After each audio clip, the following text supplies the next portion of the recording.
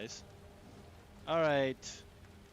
I had like a last minute idea and uh this was it. So I have this uh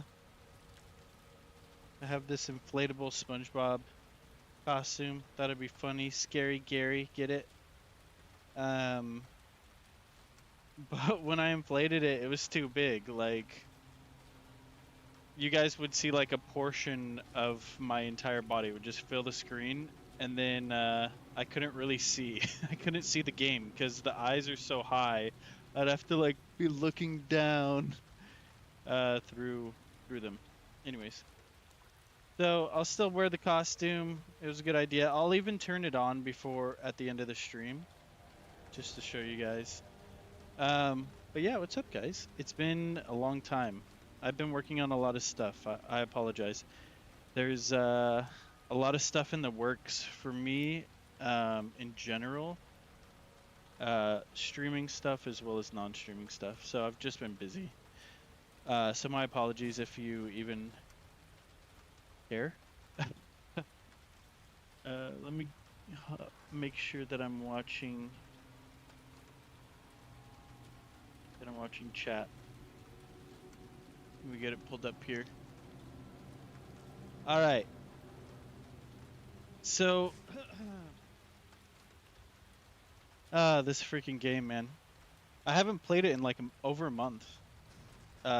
We started playing Star Wars, and it's funny because my brother was like, "Stop avoiding Resident Evil," and it's partially true because I ended at such a scary part, and I don't want to get back into it.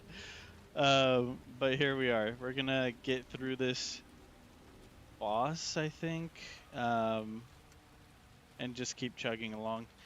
I have a lot of stuff I need to watch with you guys, and my brother keeps reminding me about it. I'm sorry, I'm not gonna watch it tonight. There's a lot of recently released games that I'm gonna watch on stream, but here's my promise. We're gonna do so. I'm still kind of figuring out schedule stuff, but in general, Fridays are called Freaky Fridays. That's when we play Scary Game and we watch Nuke's Top 5. If I miss a Freaky Friday, I have one chance of making it up, which is going to be Spooky Saturdays, which is like what we're doing today. But other than that, it'll just be like the main stuff. So right now it would be Star Wars, just because we're counting down to Star Wars Outlaws. And we're going to do a bunch of Star Wars Outlaws giveaways and all that fun stuff. So just for the record, that's what it is. And I need to watch a lot of videos. I need to watch a lot of updates on Star Wars Outlaws, as well as a lot of game release videos that came out like 2 weeks ago or 3 weeks ago that I missed. So tomorrow and slash my next stream, we're gonna watch just updated videos. We're not gonna play a game. We're gonna watch updated stuff. We're gonna get all the new scoops on the news for Outlaws, as well as everything else that's going on out there. But I need to make sure that I try and stick to having at least one day of spooky stuff, because I know that tends to be your guys' favorite, it seems. At least one of your favorites. Dude, this suit is already hot. I'm sweating. But good news is I can drink my drink. I had my headset on inside here. It is so funny. I was literally inside of here while it was blown up, and I was just like giggling to myself. Speaking of giggling, I'm just kidding. But we have a sponsor for tonight's stream.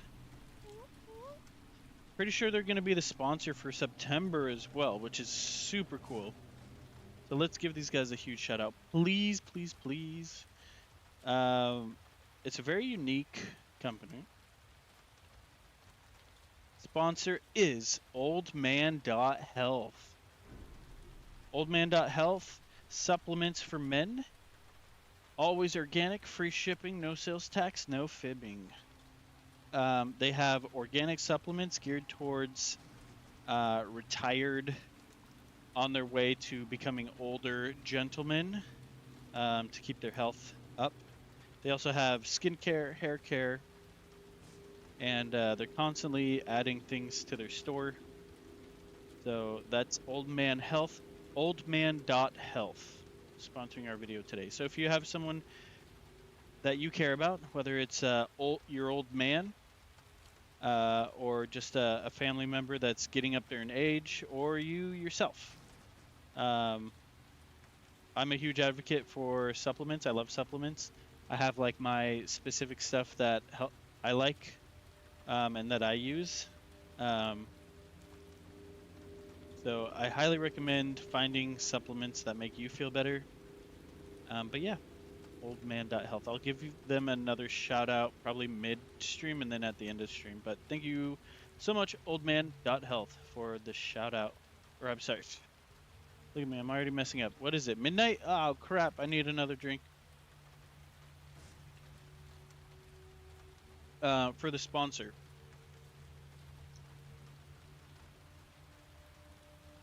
I think they're going to be sponsoring our giveaways in September, but don't quote me on that. But I think that's what's going to happen.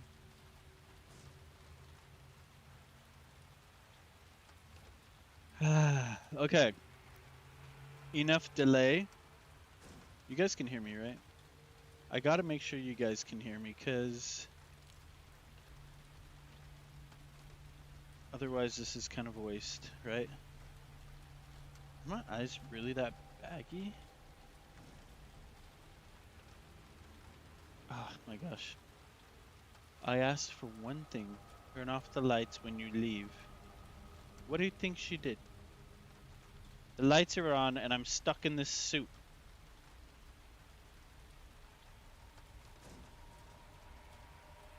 Just gonna do a test of the audio. Hello, hello. Sounds like it works. Alright, boys and girls. Let's jump into this. Oh man. I'm kind of glad that I saved the scary part for the beginning of my stream, because in the beginning I'm okay. It's like once it like... Here, let's just jump freaking into it. I don't even care. What do I have? Where's the big guy? Let's get the shotgun out. I got one bullet. What up, big guy? Oh, that didn't phase him. Oh. What am I supposed to do? I don't have anything.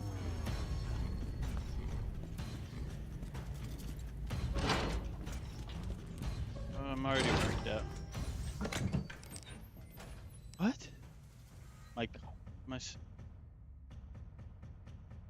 that him knocking? Just a minute. I can use this, right? Wait. These are the most powerful rounds on the market for semi-automatic pistols. Semi-automatic.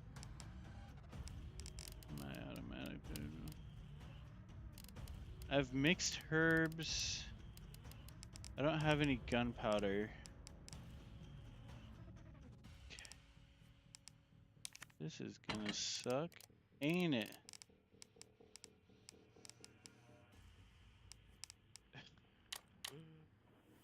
Oh god.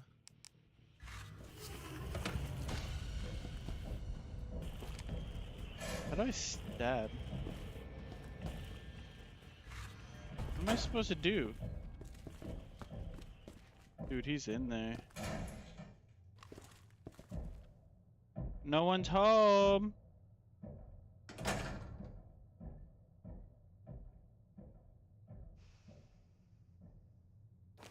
Dude, I don't have bullets. That's why I was freaking... Oh god.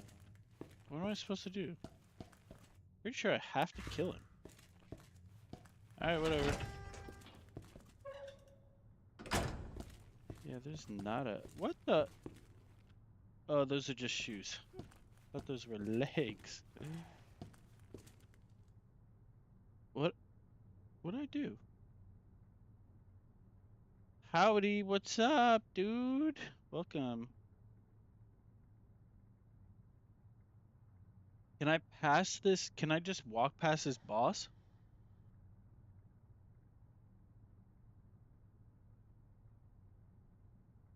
Or do I have to? How am I supposed to run? Okay. I I feel like when I run, I can't move. Like, I click run and my guy's like, let's take a stroll.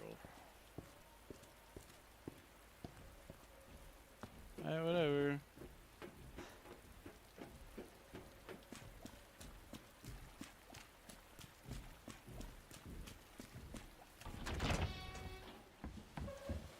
Hopefully he's not in here.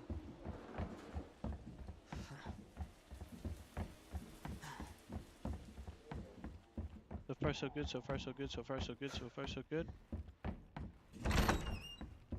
Did I just bypass?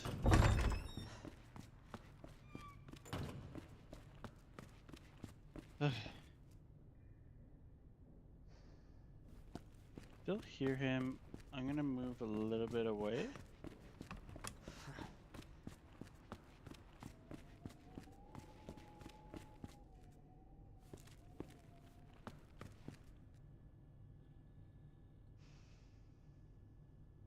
My heart is pounding, bro.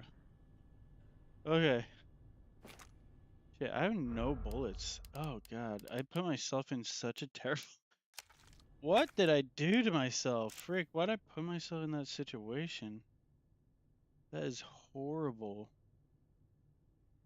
I'm like sweating, bro. I'm sweating and it's not because of the SpongeBob suit.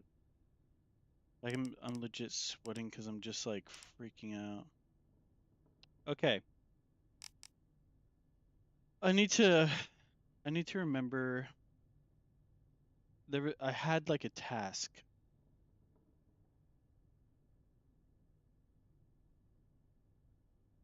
I think it was one of the keys. We got clover and a diamond. This just says fancy though. Let's see. Clover, diamond.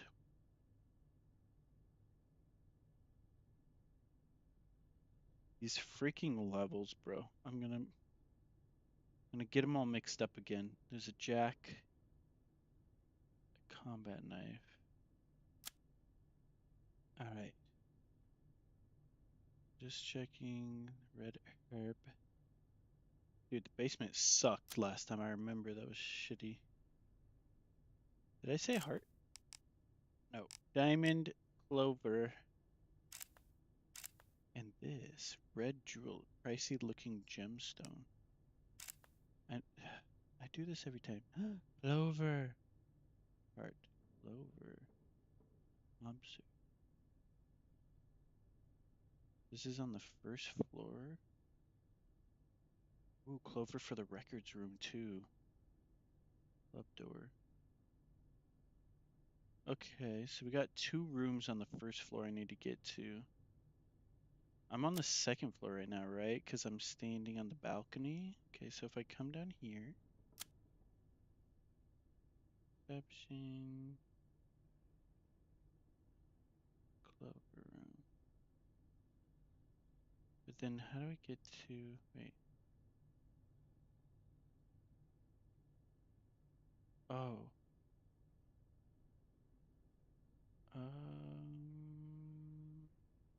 What the hell? Where the fuck? I have to go like...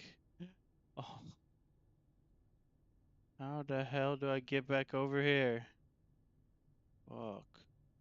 Let's do this one first. Keep in mind, I have no bullets whatsoever.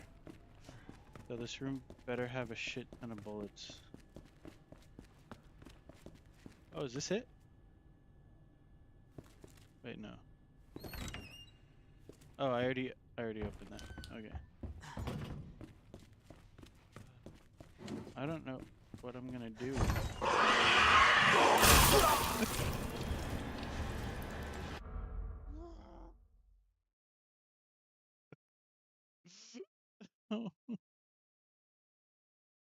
Ah.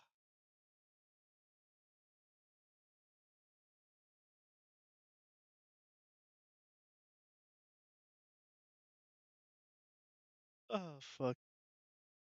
All right. I just needed you to know. I love you. Thank you. Thank you. Holy shit. Why did it do that? What the? Marcanato. Dude, where have you been, bro? Good to see you.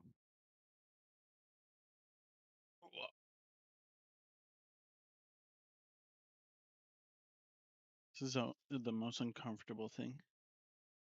I should have never had this idea. It's messy, but SpongeBob.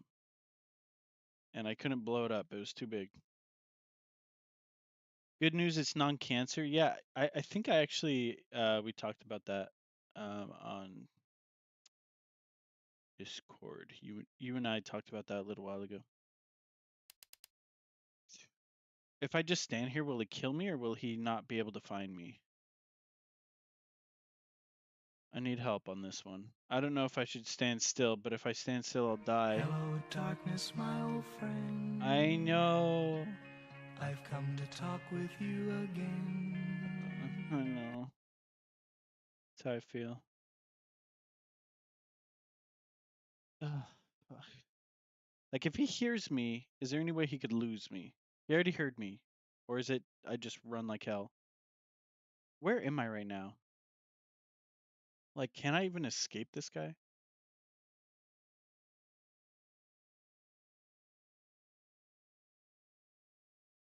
I don't have bullets.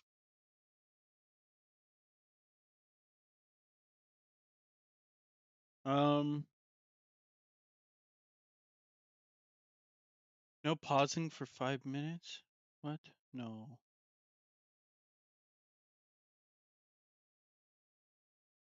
Oh, fuck. Oh, fuck. What's the challenge me thing say? Do I have to accept it? Is it forced? No. Oh, shit. I'm gonna go read the rules of my own, which uh Marcanato redeemed challenge, no pausing for 5 minutes. What is my favorite rewards? What? Drops, emotes, power ups. Eh? And I haven't streamed in so long. Channel points there is.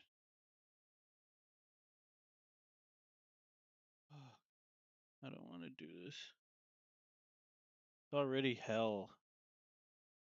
What does it say? Give me an in-game challenge lasts 1 hour. Must still be able to play the game. Can I delete the 1 hour part? Okay, it says 1 hour, but you'll take 5 minutes. Deal. I'll take it. Fuck. That's a steal. Deal on my part. Alright, let me start the timer. I'll start it for 5 minutes and 30 seconds. And as soon as the 30 seconds is up, I will start playing the game. Oh gosh, oh gosh. Like, I feel like I'm gonna be sick. Okay.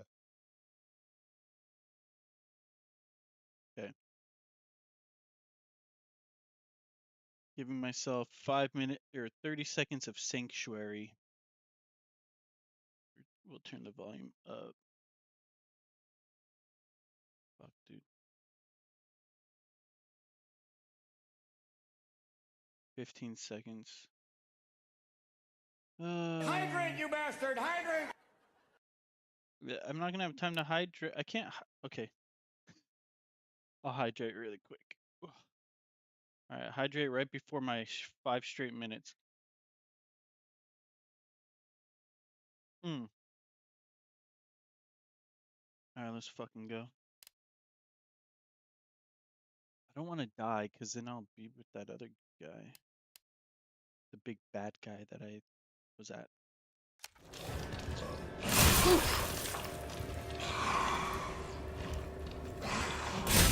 Can I fight him? I died. Okay. Please. Oh, am I by the big guy again?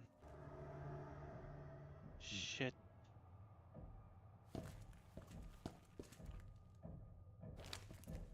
Okay, I have a bullet each. I shot this mofo in the face twice. Both of these bullets. You want to guess what happened? Nothing. Nothing happened. Okay.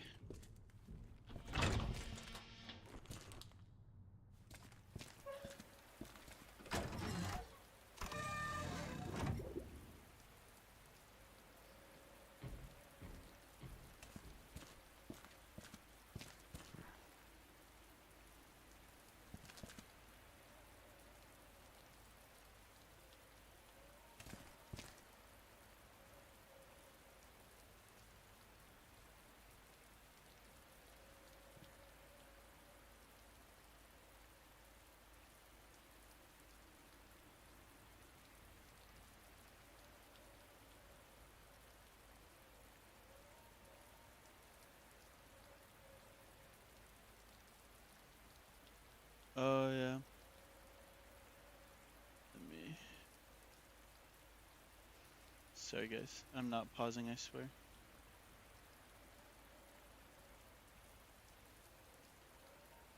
Okay, I'm gonna keep going, sorry. Just had to do some taking care of kids. How are the twins? Oh, good question. Oh wait. There should be a hallway near when you found Mr. X where the fire was, where you didn't go downstairs.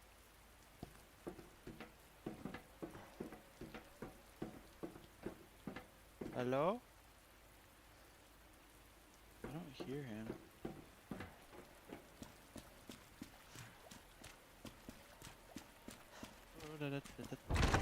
I don't like the lag. When it's laggy, it's something bad is gonna happen. It's loading the big bad guy. Dude, this is gonna scare me. This is gonna scare me. This is gonna scare me. This is...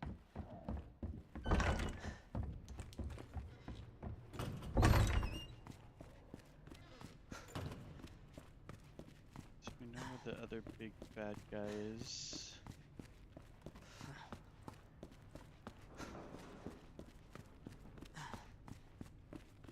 Okay. Back in our safe balcony spot. Yeah, I need to figure out how to get to this room. So what I just did earlier, I went through here and I came out here. That was a mistake. I need to go further. Okay.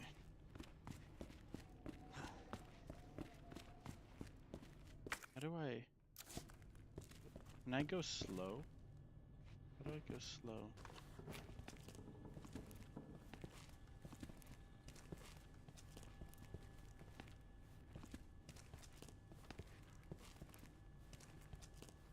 You know what? I'm gonna save down here.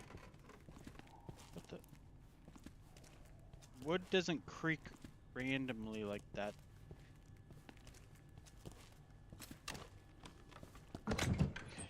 Can I save? Oh wait. What's the save point? Oh, this is. Overwrite that shit. Tired of that. Okay. And yeah, I have no... I have nothing. Okay, so...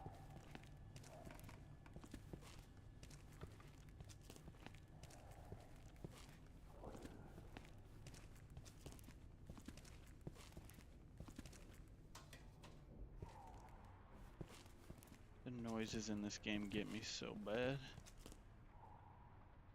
The twins are doing good.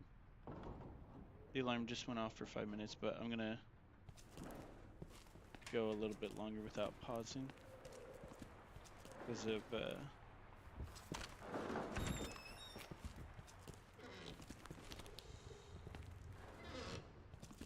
you hear that snarl?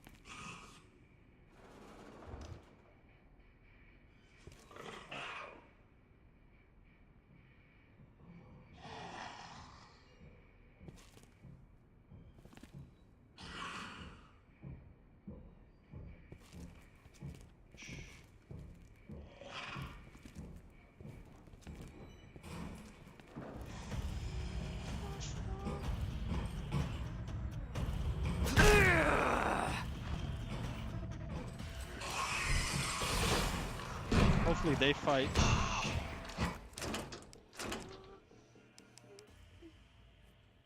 Hold on.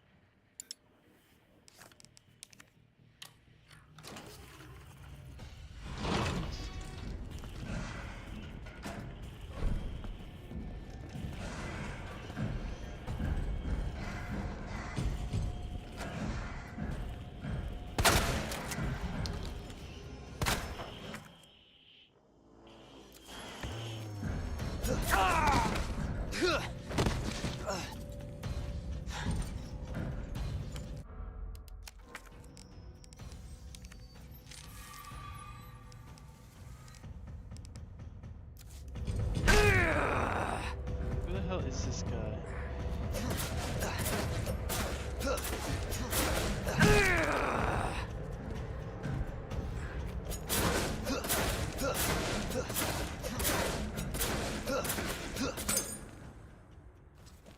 Better get moving.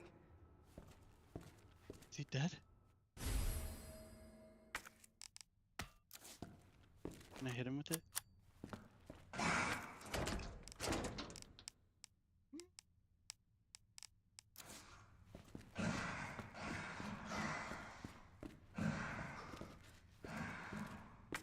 Is that guy gonna come? It's probably a bad question. Did I just drop the thing?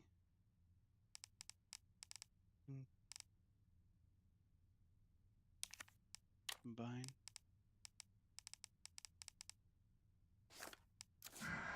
Wait, I need herbs.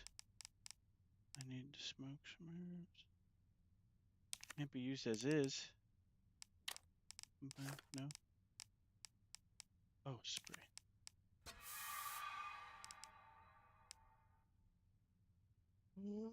Holy hell.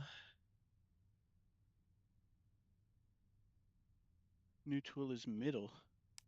Yeah, I see it. It's a long, thin tool of some sort. That's going to be the crank, I think. It's going to help us a little bit.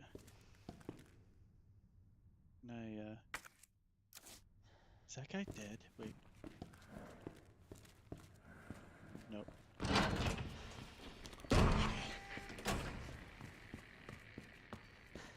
Now that we know that that guy can walk around, we gotta hurry the fuck up. Dude, I'm saving really quick. I don't want to do that again. Oh shit. Is it green?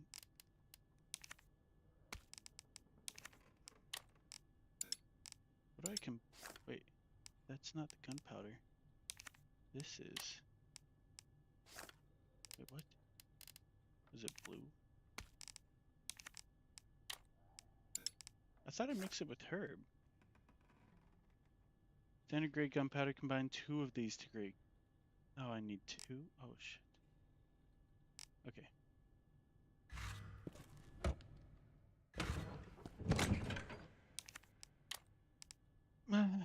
Blend 2 of different herbs will remove any toxin. Will restore health. We'll take that out. Combine that with 2. Mixed herb. Okay. Slight amount of health. Toxins. Film roll. Let's do another save really quick. Dude, I gotta move fast. Okay, I think I know where to go.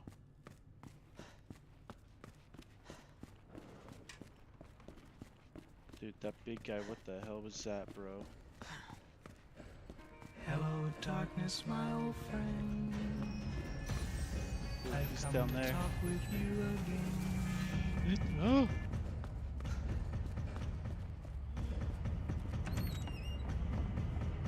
There's a knife over here somewhere.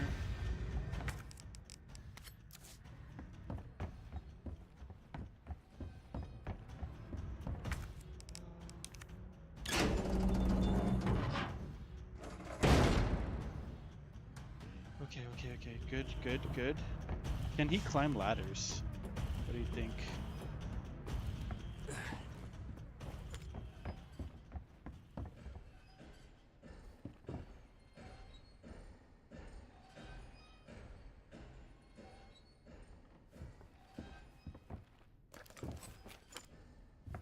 I can't go across? Oh gosh.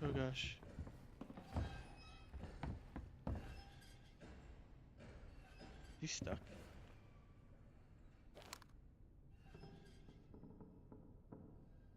Where is he going? Wait, I finally did this thing.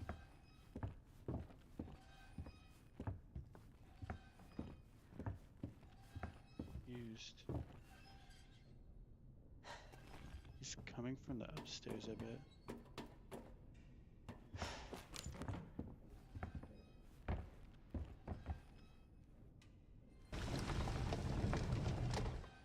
There.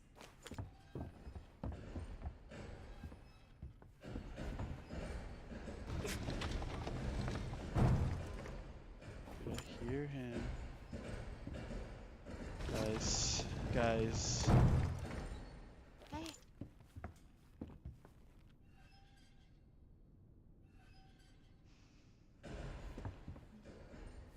Where is he?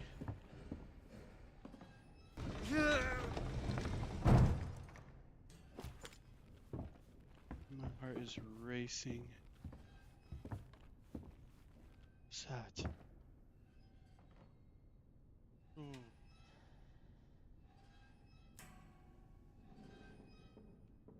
I'm gonna make him come all the way down here, I think. Yeah, dude.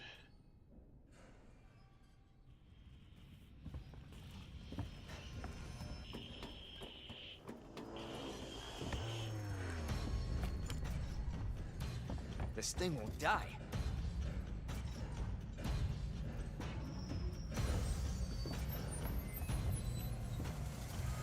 He is climbing up. Oh shit. A few moments later. Fuck, this way. So he doesn't die.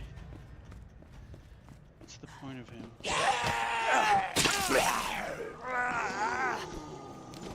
Oh god. Can't deal with you guys. I can't.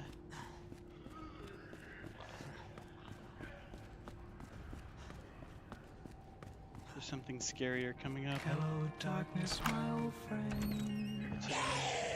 Hello. With you again. Ah, bitch. I literally don't have time. Can I hide in here?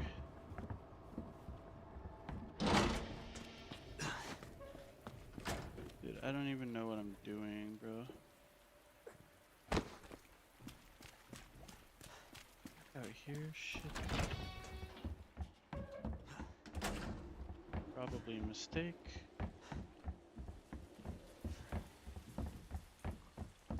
Hello, darkness, my old I friend. know. I've come to talk with you again. I think the... Hi! Fuck. Dude, what the...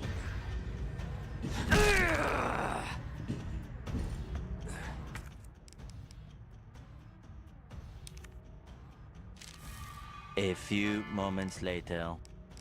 Shut up. What are you guys... What are you guys doing to me?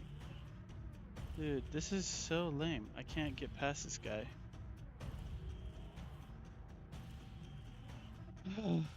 My heart.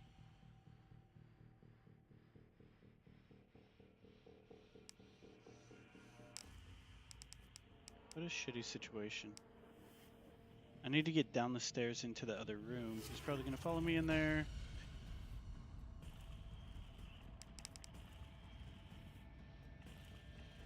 What the hell do I do?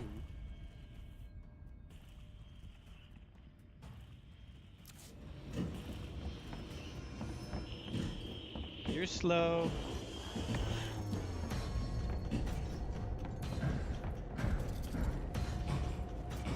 Stop stomping, bro. Can you handle the...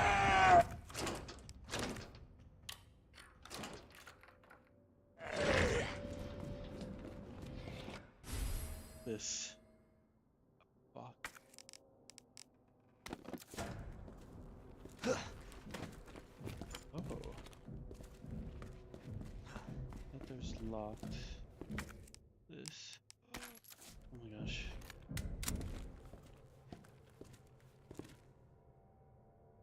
Tell me he cannot get in here. Shit, that scared the hell out of me. Oh.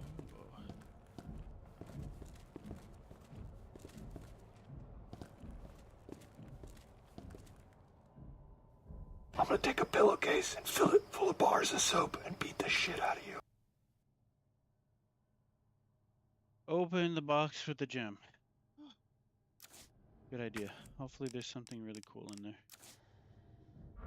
Hello. Combine with the...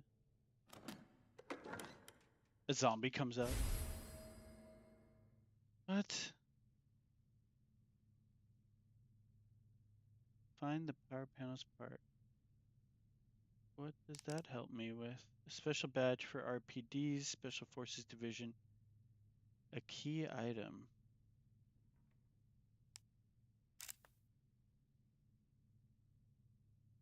Oh, there's gunpowder in here. Cool, cool. So I'll get more bullets.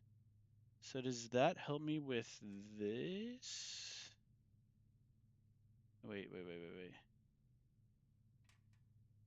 No, it's in here. The lockers. Terminal, I think there's stuff back here, like in the back, that's only for special. But that means right here I have to face that big bad guy. The other big bad guy. Okay. What do we have here?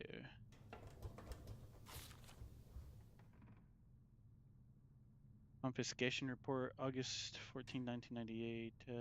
Reason for confiscation: a suspicious man was found at the location listed above, the waiting room. When confronted by an officer, he tried to escape by acting confused, but was arrested. A note he had on him was confiscated. Remarks: it's not like everyone doesn't know who it is, but it's Justin Hansen, age 39, city resident, single, and a regular... Oh, he's single. I wonder if he's still alive. I'll have to look into that. And a regular fixture in our jail. He wasn't a bad guy per se, just a bit of a bird brain, kleptomaniac. Can't believe he tried to pull a fast one in a police station of all places, though. There's scrap paper. There's a scrap of paper in a plastic bag. 6 left, right 2, left 11. In the waiting room. I think there was one.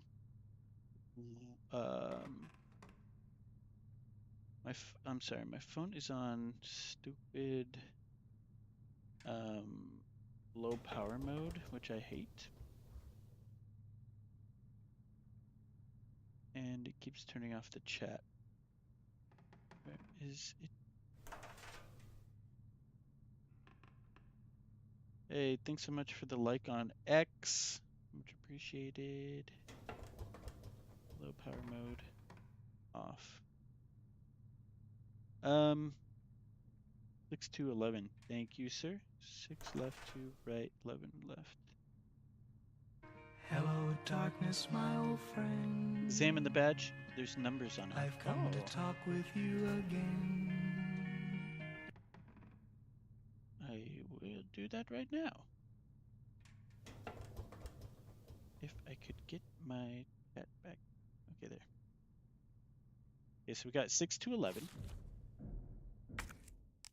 We got Stompy McStomp Stomp outside. Space.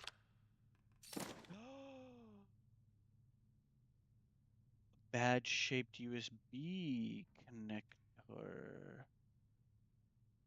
Where did we where do we need that? Was that in the prison? An electronic part. Isn't that it? No, that's panel power panel parts.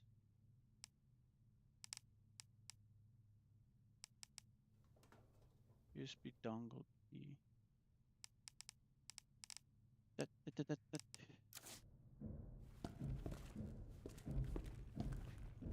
I feel like he goes away when I'm in here. When I'm in here, he starts.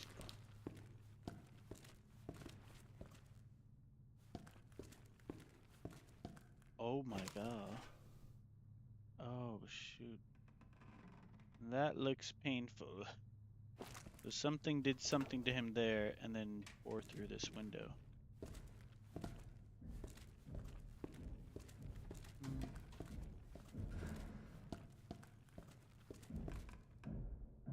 Can the big guy die? Oh.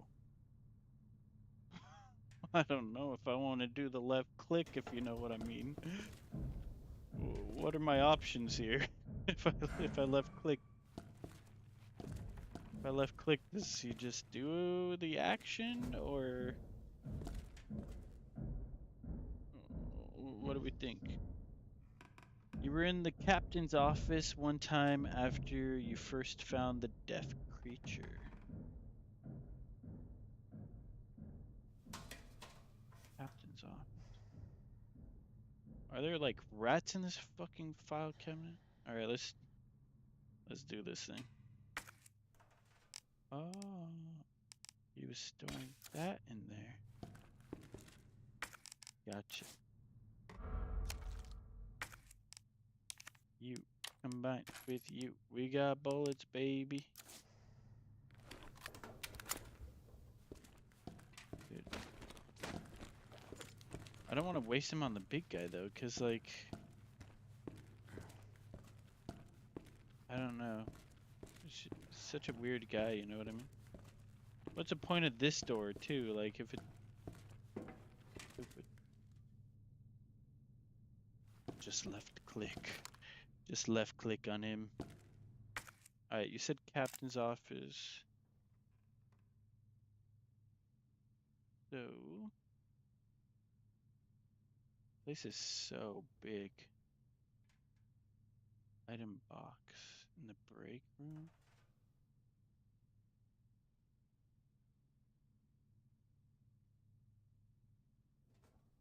Boiler room, typewriter. Oh, I see. That's what the item box is. And that's the typewriter. Save points. Dark I'm gonna take a room. pillowcase and fill it full of bars of soap and beat the shit out of you. Run and save? Yeah, you're right. I do gotta run and save. Gotta run and find a save room. Probably here. Wait. I don't remember. So the stairs take me up here though.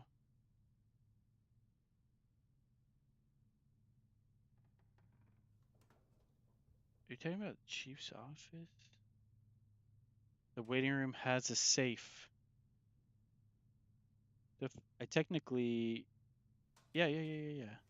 But the big guy can come too. But I think he might pause when I'm at the safe. And I don't really have a safe room. The shower room has a dial lock. Lightning Hawk 3. Electronically locked door. Star's office PC. This is what you're talking about. Okay. So if I run upstairs, I hit this waiting room. I have the code, the key code, right? I get whatever's in there. I run across, make a right into the library. How do I get in here? Oh, through the lounge. I have a diamond key, right? I do. I'd get into the linen room for the first time, which, I mean, that's been needed since the first time I played this game, because the housekeeping, I mean, I can't keep this place clean if I don't have access to the linen room. So that's going to come in handy. We'll go in here. We'll pop out, book it in here at PC, and then we got the armory, Lightning Hawk. Hopefully some extra bullets. Okay. First things first, though, book it upstairs, waiting room, safe. Okay. Okay. Okay. Shower room is maybe the 6 to 11. The guy was, it might be, but the guy was in the waiting room when it was confiscated, and there's a safe in the waiting room. Since it's a dial. Maybe. We'll try the safe if it doesn't work.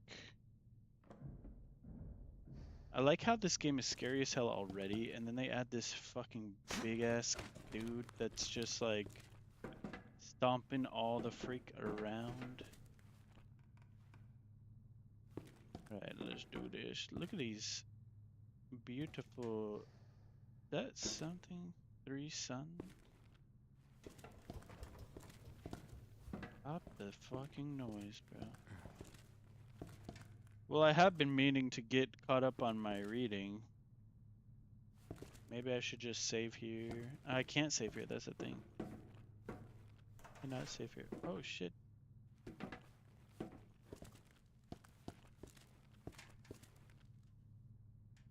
That's kind of creepy.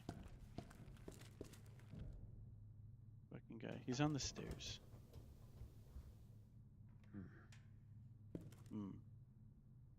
Indeed.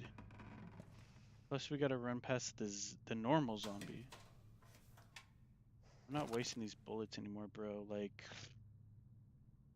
there's really no reason.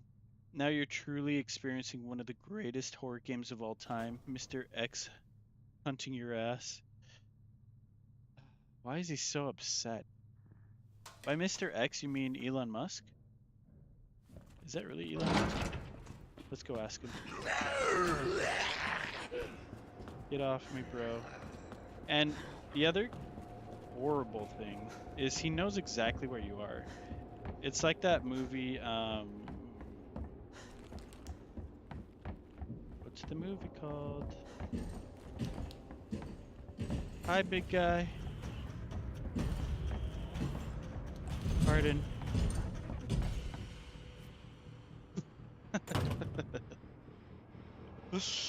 We did it! Step 1 of our genius evil plan. What was the numbers? 6 to 1? 6 to 11? Okay. Nope. I'm gonna go 6. 2.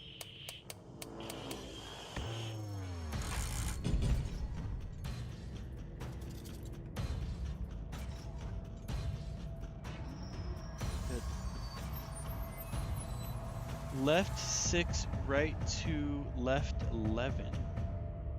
Okay, so let's go 1, 2, 3. That's to the right though. I'm clicking left though. Fucking. Okay.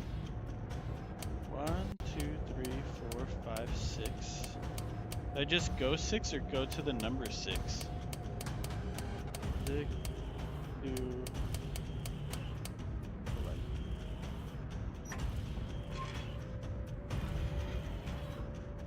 What is that puny thing?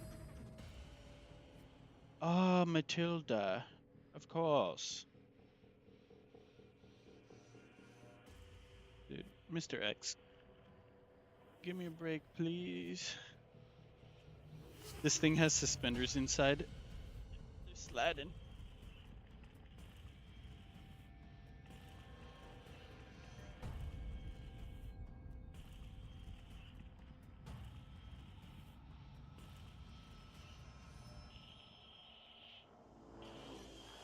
Oh yeah, I was talking about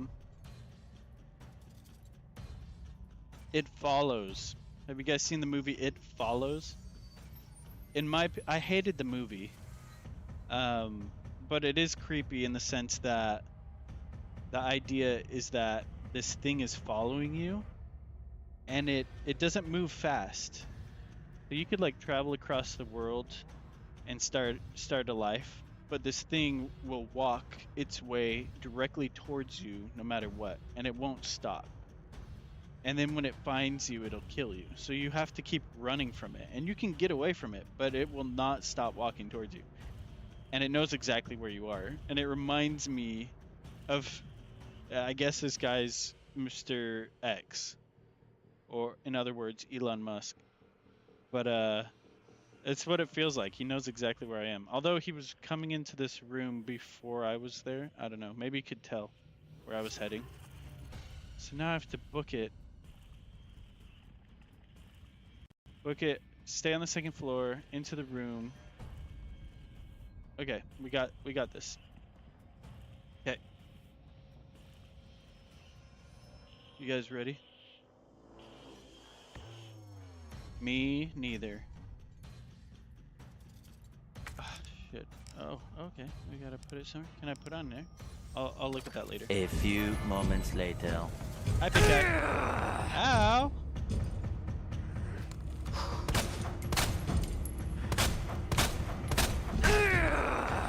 Shit.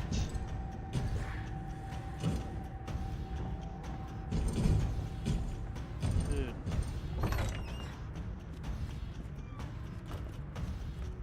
I mean, I'm impressed by your strength, but I wouldn't call it a fair fight. Darkness, my old friend. Hello, darkness, my old friend, I've come indeed. to talk with you again. It's a first door, right? I don't think there's a second door. Here we go. La-di-da-da-da. Big monster. Please, no monsters. Linens, yes. And gunpowder. Socks. We needed the socks. Portable safe. I think we gotta keep moving.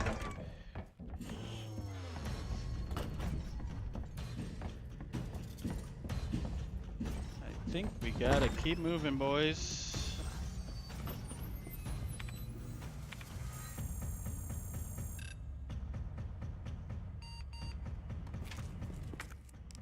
Fuck.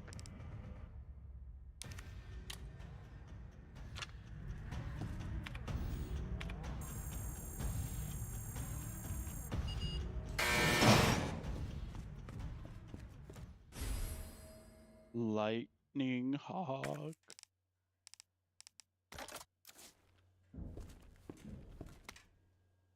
Letters to Stars members.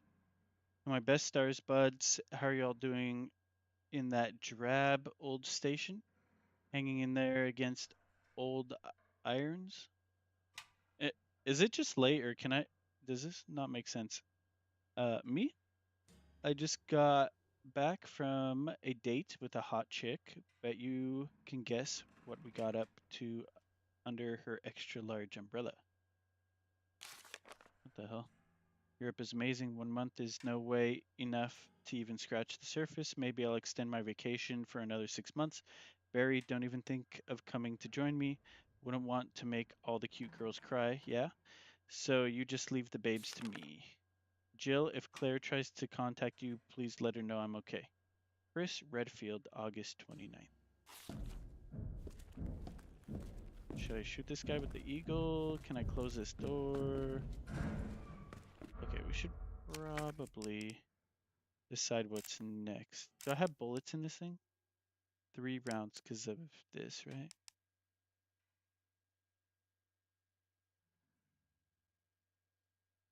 Gas-operated action, which is unusual for a semi-auto handgun, gives it both power and accuracy. Oh.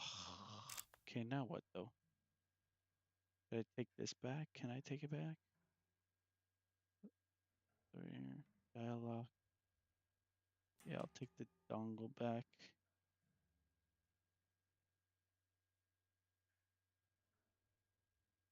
Why is the stars office still red? What do I do? I haven't. I don't have anywhere else to go. Custom part for the Matilda that reduces recoil.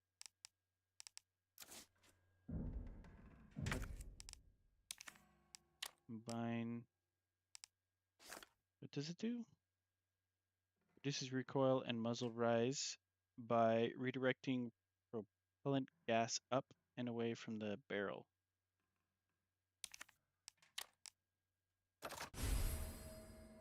Holla. Okay.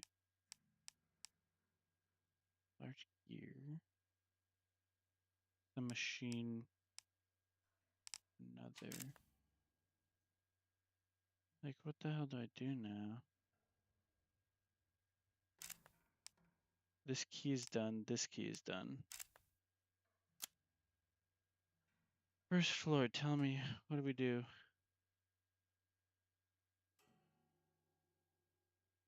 Dude, I need to save.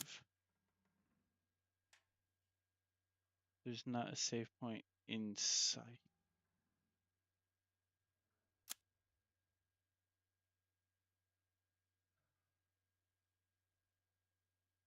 Another dialogue.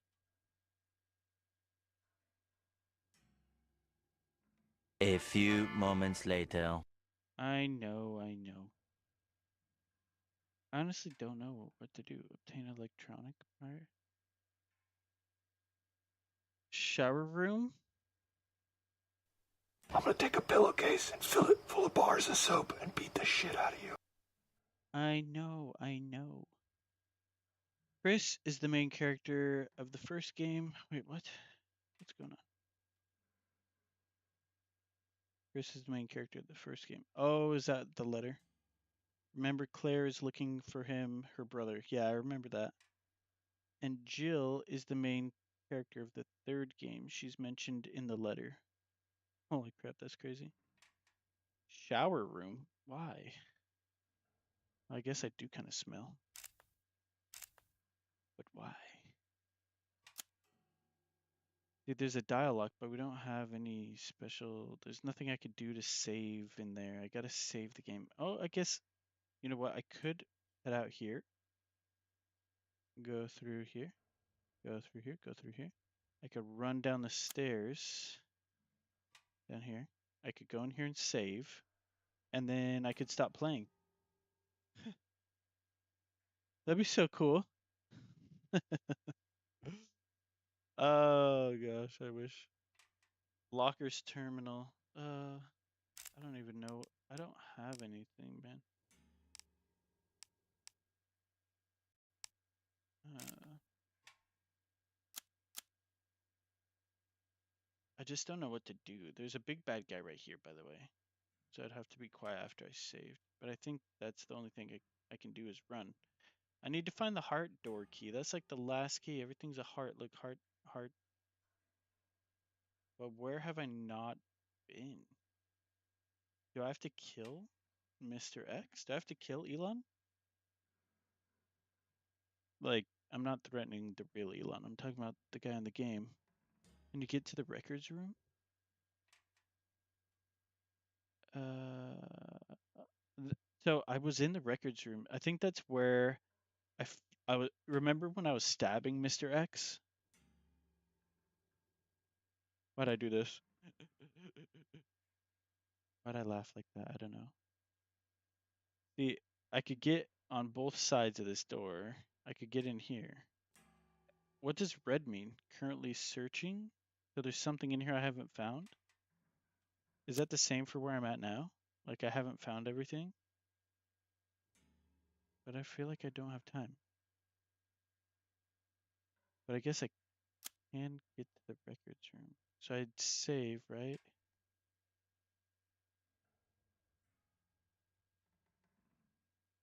Um, yeah, I'd have to do this like loop around. If I'm coming down the stairs, which I plan on doing. I don't think I can go back out here and like I don't think that's gonna work. I think I have to literally escape, go through here, and then go down the stairs. I'm gonna look around in here. If he comes in, I just gotta run. But I'm gonna look and see if there's something. And then I gotta book it. Okay. But, down, save. In here.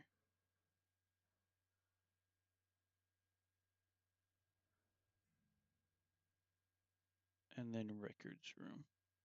The records room, I had to get out because he started standing up. After I stabbed him a bunch, he was kneeling, and I wasn't sure what was happening. But then he stood up. There's a hand grenade in there. I didn't see that. Could have been useful. Oh, you know what? I gotta heal. Let's do this one because it heals slight amount, right?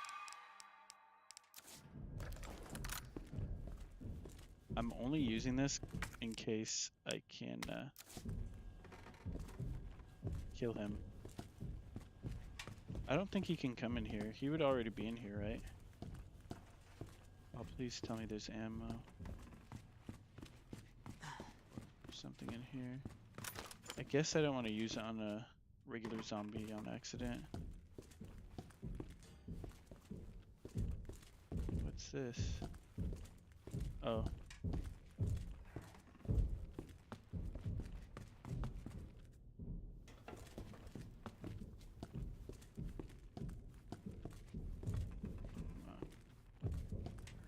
I don't see anything.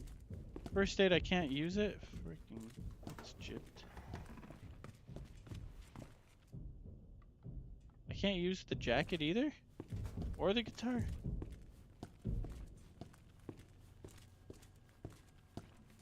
Slightly confused why the room is still red.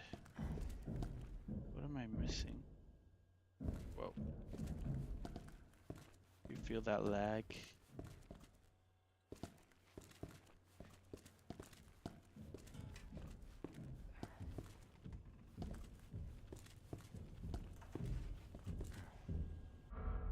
So what, is the room not red now?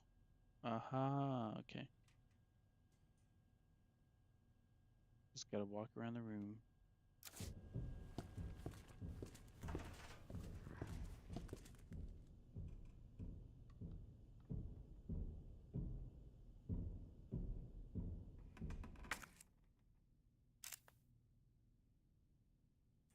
Why can't he come in here?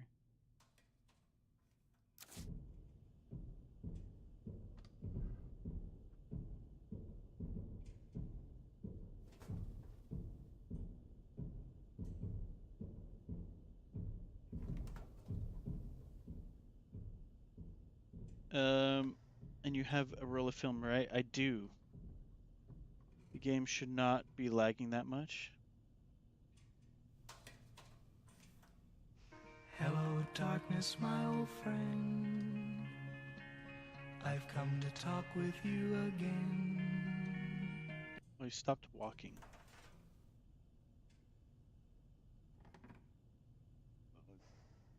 Shh.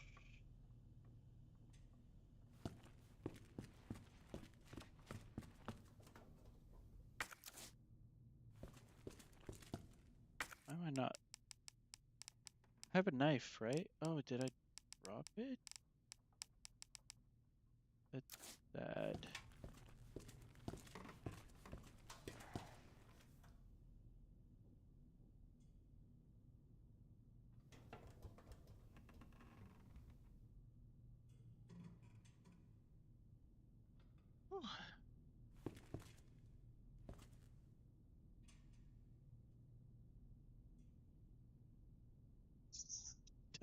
Go out here.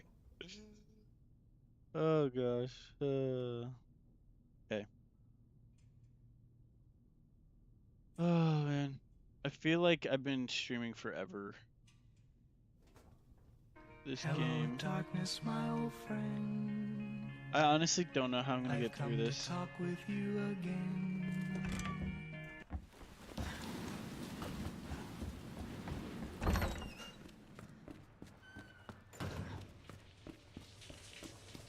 Did he decide to take a shower? What do you think? Where do you think he is? I don't hear stomping, so I guess that's...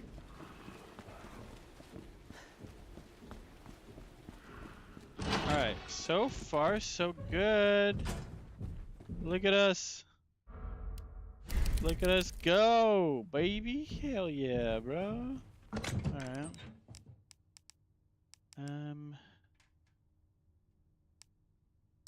I think what did I...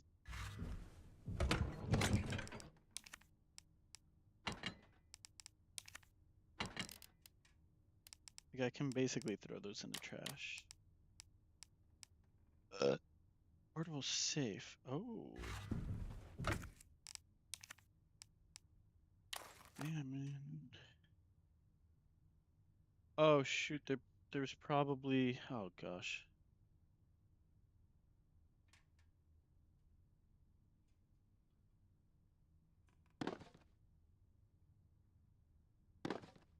Where'd I find this?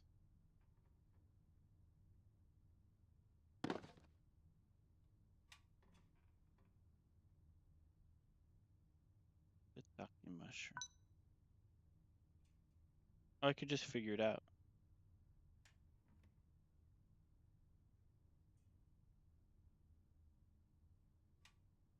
Oh.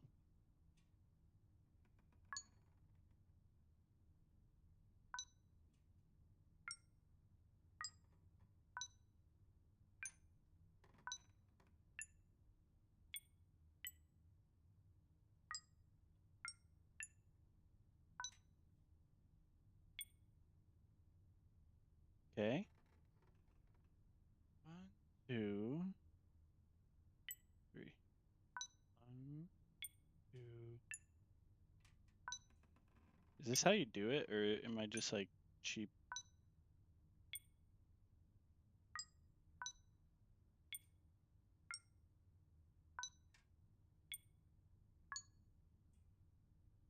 Da, X. 3 buttons left. Up. Oh.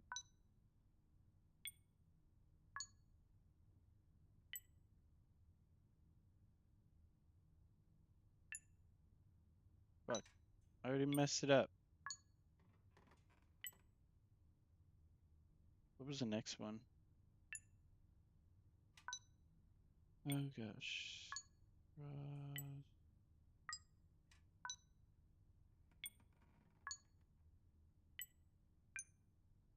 Okay. X. And then up 1. Up another. Down. Up. Nope. We got this.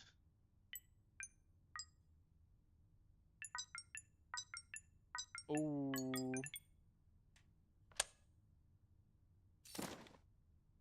Sweet. Yeah. A keypad button for a terminal of some sort. There's nothing written on it. Cool. This is gonna help us. This is going to help us right in here, actually, the safety deposit room. There are lockers that are not opened yet because I need extra keys to be able to push the buttons. Alright. What's going on?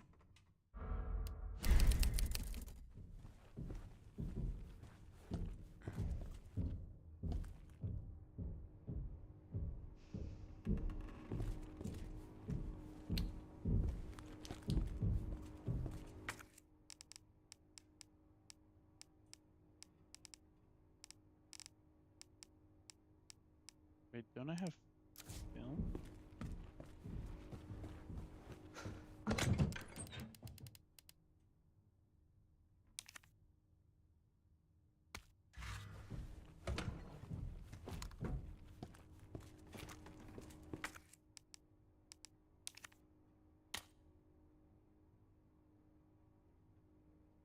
F locker. DCM. Can we throw that in chat really quick? 3F locker. DCM. I'm sweaty. Is this the locker in the bathroom? D. Yeah. 3F locker. DCM. Okay.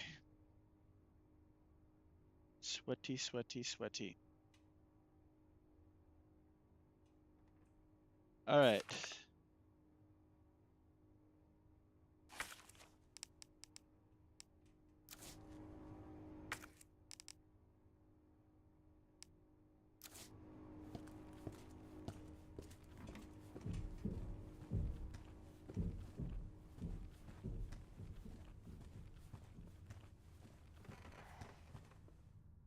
I can't crouch because I don't have a knife, right? Like, how am I supposed to be quiet around that other bad guy? ECM 3F Laka.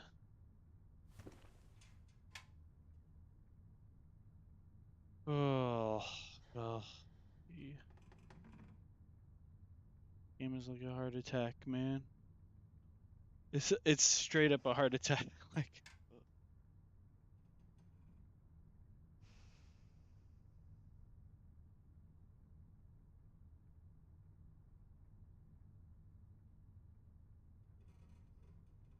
I'm pretty sure I dropped that second knife. There's a moment where I clicked and I was like, what did I just do? I think that was the moment. Because usually it's holding spacebar. A few moments later. Alright, alright. Was that a zombie sound as soon as I cracked the door? You hear that?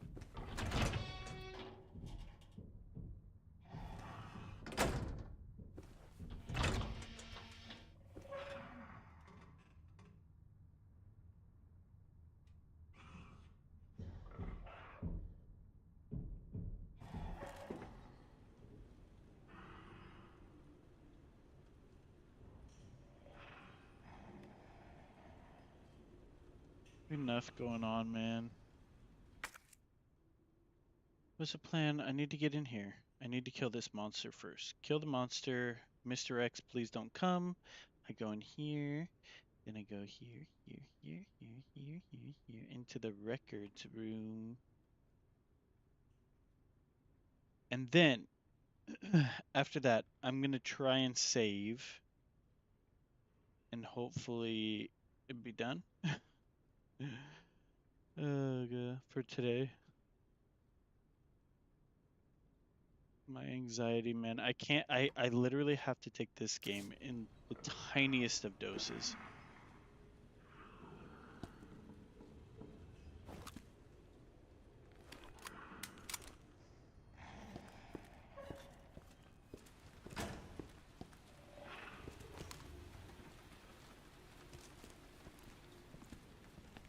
Kind of.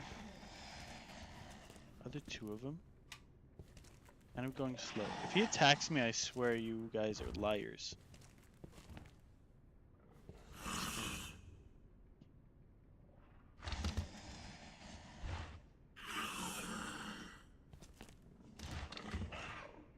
There's two of them.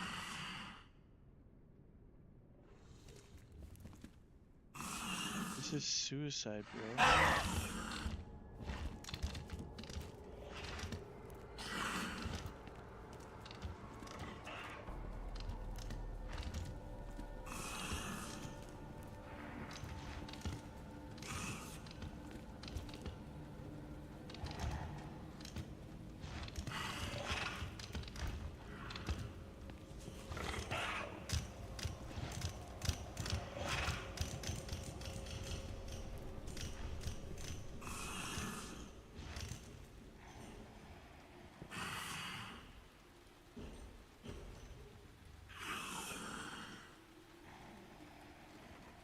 I'm petrified.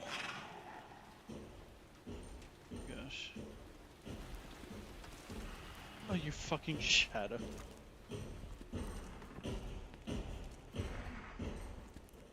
They don't attack you? Hi.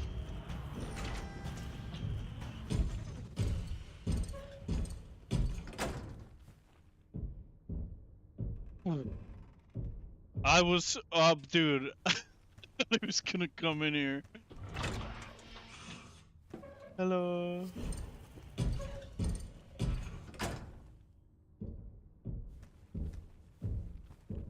How is... That's no fair. The monster should attack him.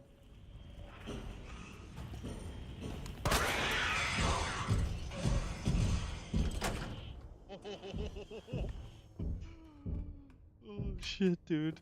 He's like, oh, you keep this swinging the door open, I'm coming in.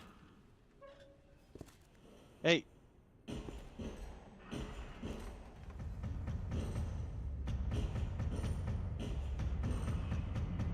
It's laggy. Oh shit. You're not welcome.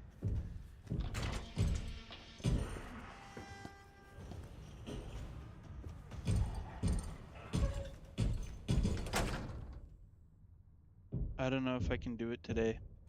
I honestly don't know, man.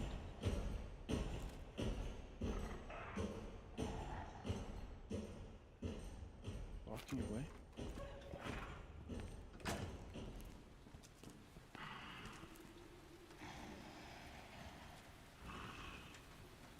I don't know if I got it in me.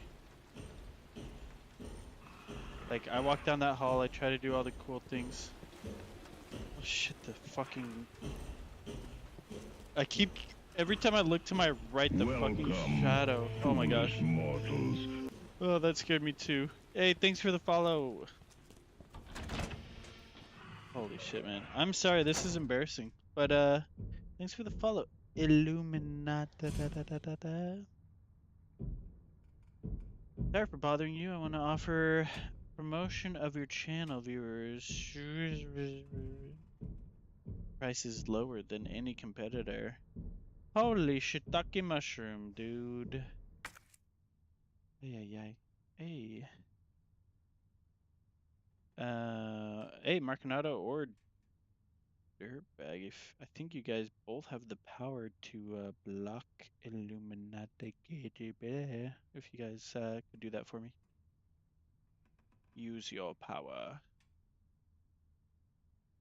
Sorry, broskies. I don't know why you're trying to sell stuff in my stream.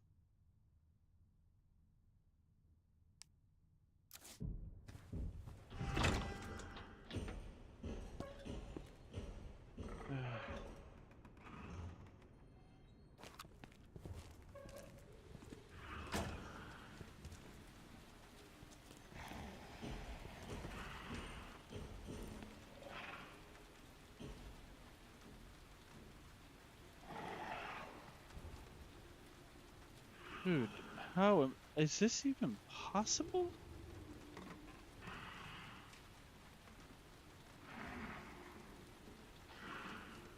I'd be like, okay, I could take this thing out for a spin, but shit, it only has 6 bullets. I better one-shot them or else I'm screwed.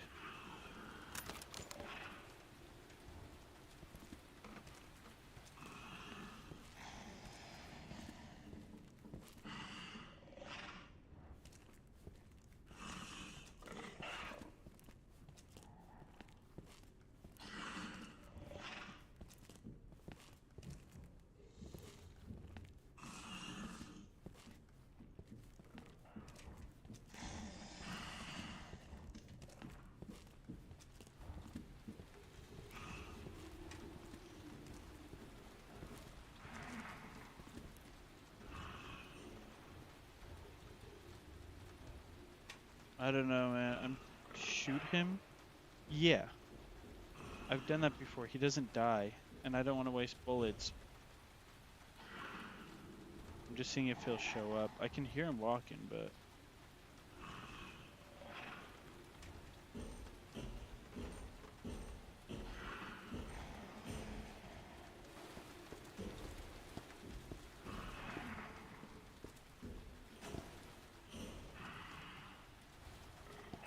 tell if he's down here or up there.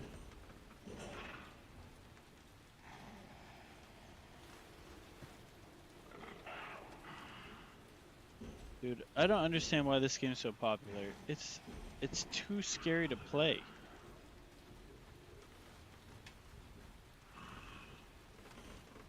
I don't know if I can do 3 and 4, bro. Holy shit, Ducky.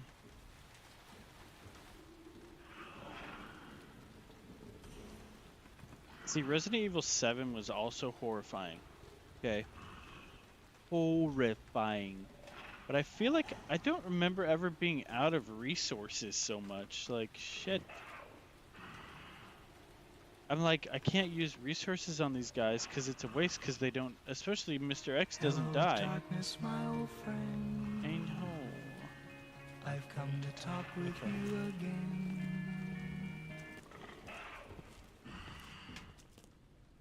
I think Mr. X is on vacation.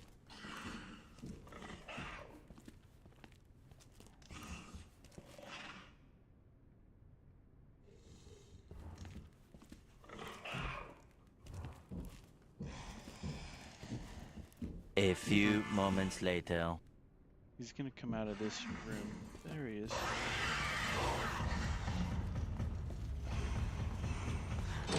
Shit, dude, I just got chills. Oh, fuck.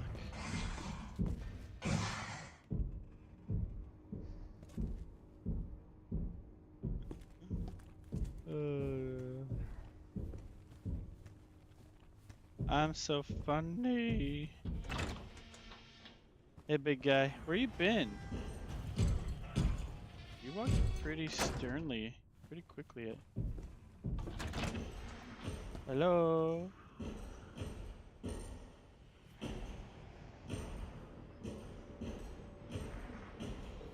He looks like something from like the X-Men. Right? Grab your balls and run? No, fuck, dude. Hell no. First of all, you need balls to grab balls. Oh, fuck.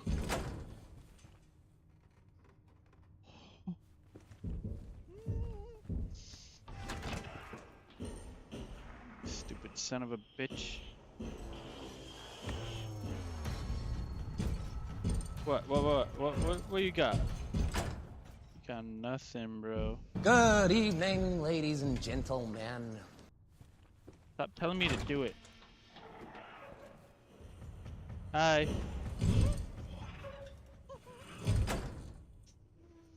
Dude, that gives me chills. Dude, he's getting... It's like he's even like, fuck this. Oh, fuck. Oh, dude, I don't know.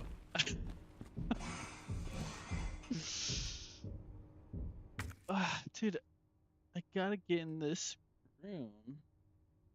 There's 2 big bad guys. 3 big bad guys. Did I just go guns blazing?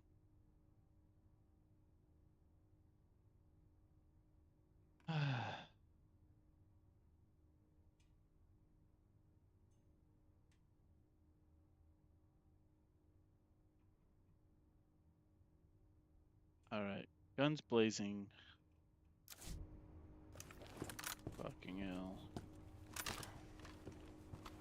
Let's see what the freaking Desert Eagle can do.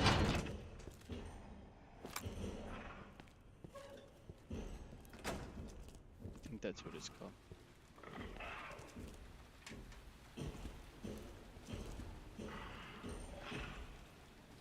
Let me shoot him from a distance. I don't want to be in his face.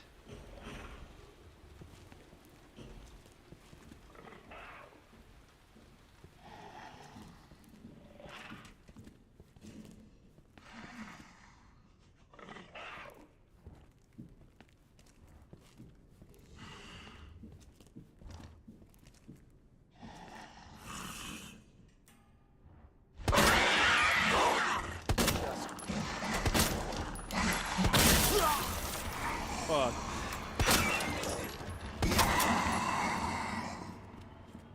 That was all 6.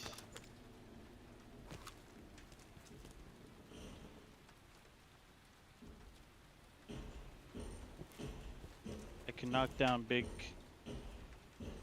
There you are. Why are you walking so sternly? Pardon, pardon. There's another one? Shit.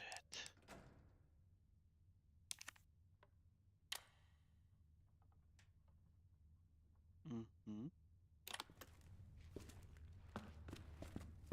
Go with locker. Oh, 3.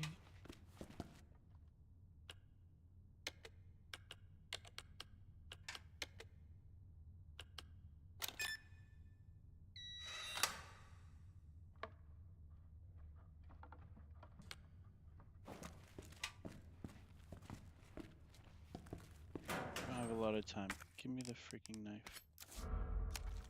Oh, 3. What else we got?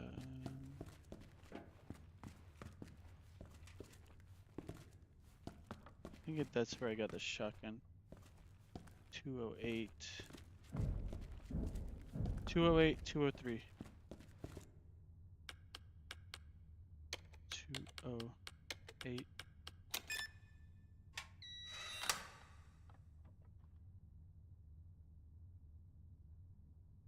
And 203.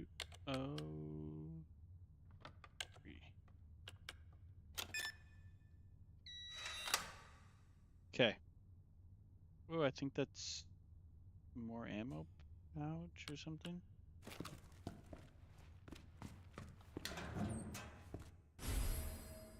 Hip pouch. Ooh, so stylish. I hear you, big guy.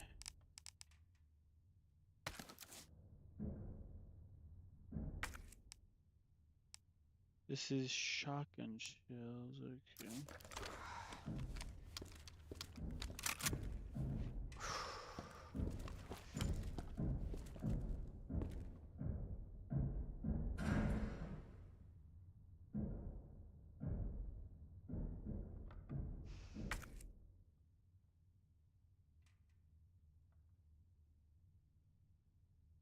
Exit. There's another one of those screamer brain showing people. I might just run.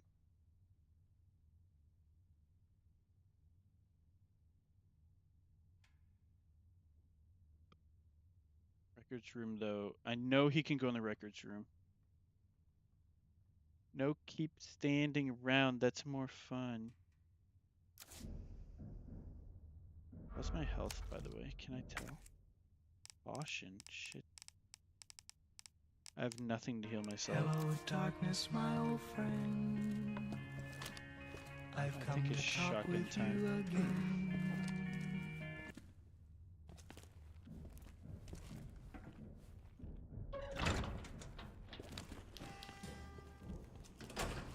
With Big Boy and a screamer.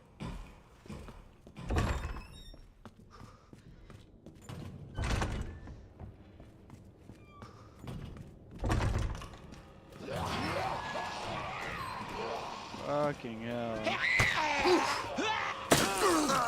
Get off me, you bitch. Oh, fuck, keep running. Yeah, this is where he was. I didn't... Okay, we got a grenade. What else is in here, though? I gotta look.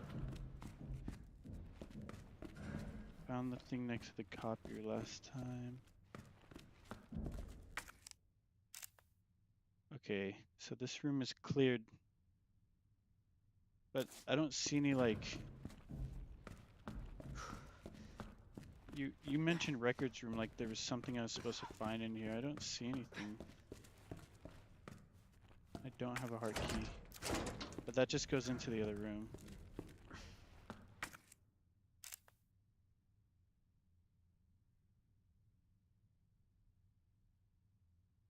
Look, I grabbed my balls, okay? We did it! Now we gotta survive. We gotta survive and save. Survive. That's the name of the game. Could survive. We could and haul it. We got a key to a locker, which I think is this one. Dial lock. Hello, darkness, my old friend. There's another dial lock somewhere, though. I've come to talk with you again. What? By the ladder.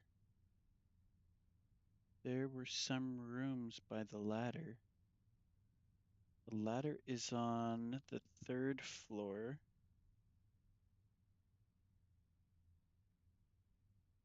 Oh, there's another dial lock on the 3rd floor. I hate that floor, though. I could technically get across here now. I can get into the clock tower unless this is locked.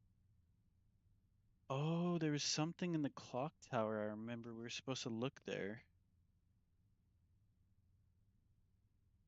I need to get heals first, though. So let's do...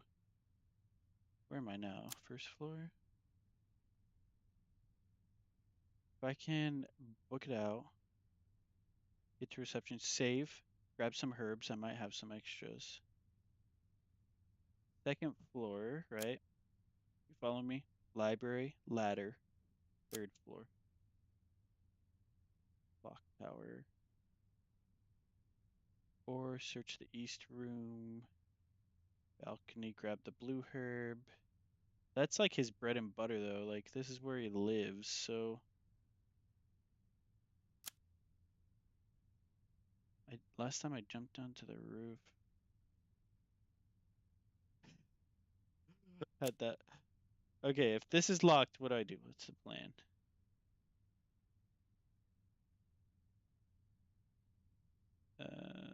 A few moments later. Okay, Jesus. We just need to get out here, save, grab some herbs. Okay. Where's the door? Good.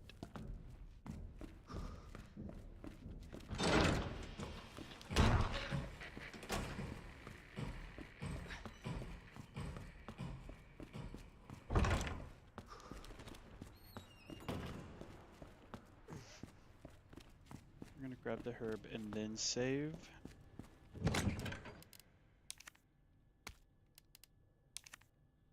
I already have some mixed herbs.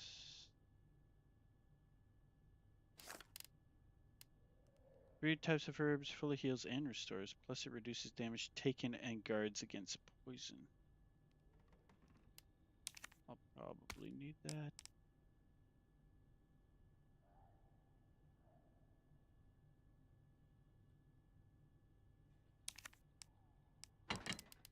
We'll store that, we'll take this out.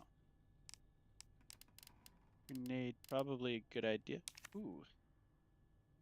Wait. Custom part of the Matilda that allows the gun to fire 3 rounds per pull of the trigger. I think I honestly did not want that, so let's leave that in there. Turn around.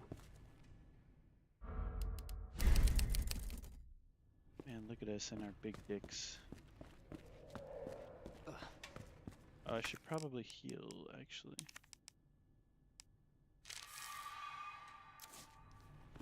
There you go. What? I just wanted my number 1.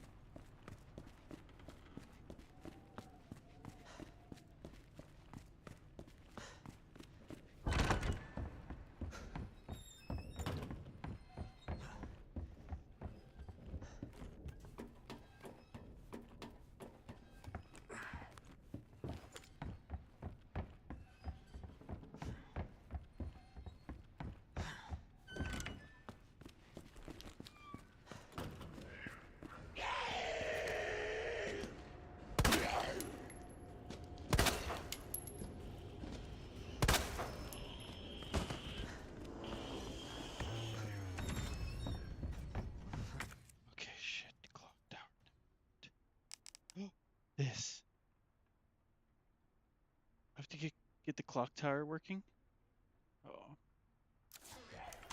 I feel like this is a shock repair plan.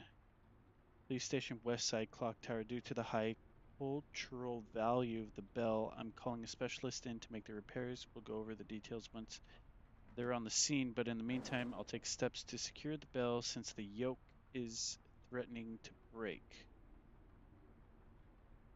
Okay.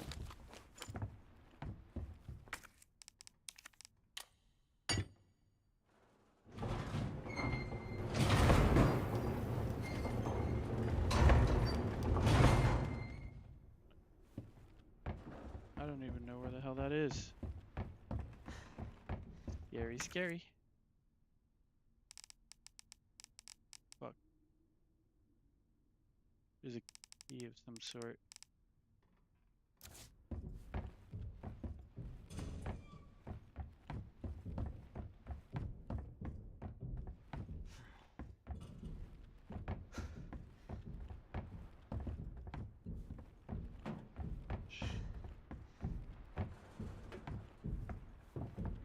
Something wedged in there?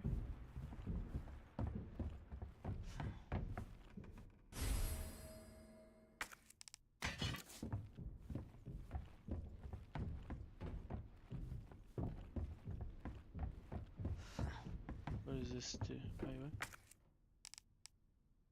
Oh, wait.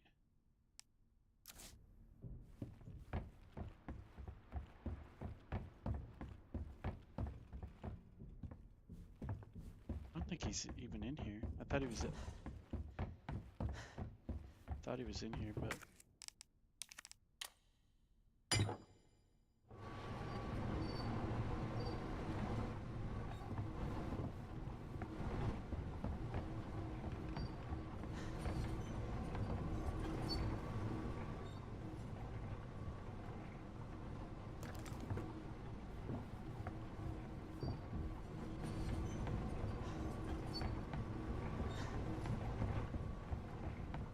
Do I have to find another part or what?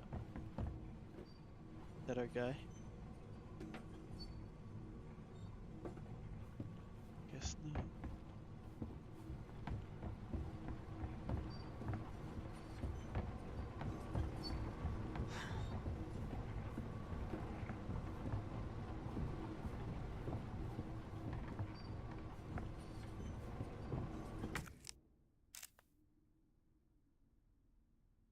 Gearbox. So I have to find another gear. Oh, there's a door in the back. I'll put the large gear there. Gearbox. The door in the back downstairs. I feel like he's gonna show up in my face.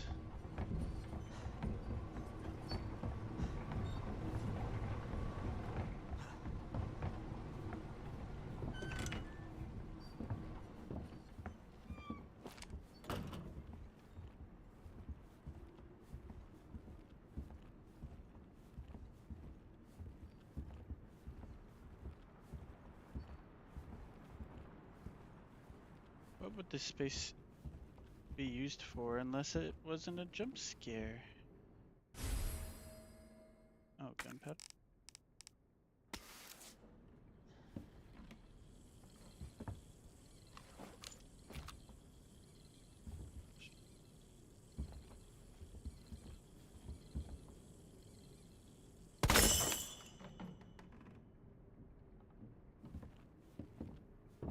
It gave away my position.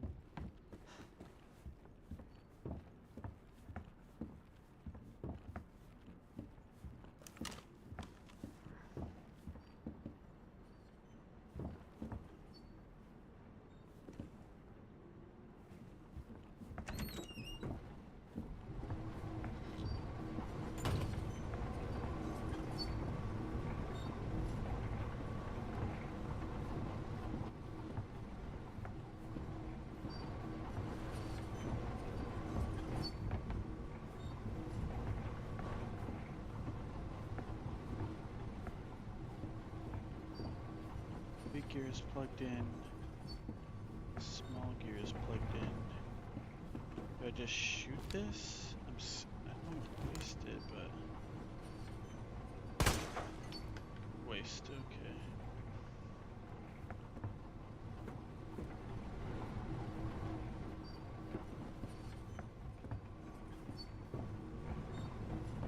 That gets it running. I think I need to. I can't take it out. Okay. That's just where it's supposed to go.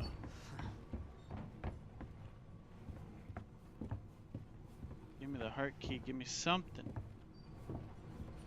Turn on the lights. Something.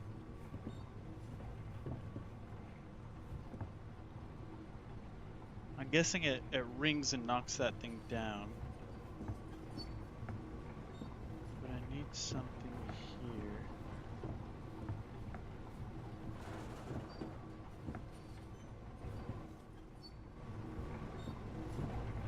Okay. Clearly it's not here.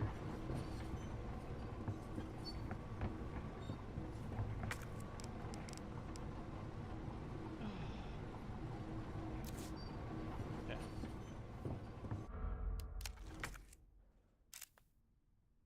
Clock tower, kind of a bust, that's okay. Green herb. Check the east storage room, perhaps? Balcony?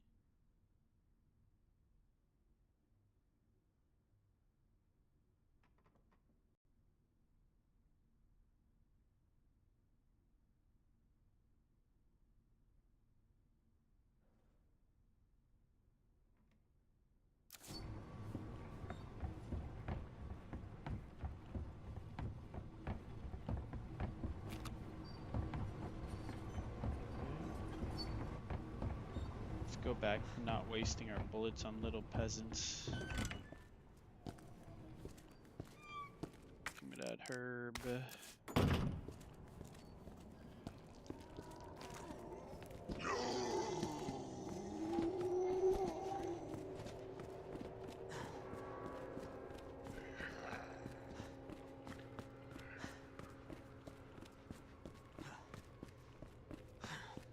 Gonna search this area, okay? Sorry, I just don't want to deal with. We've been in here before. Before big guy gets here.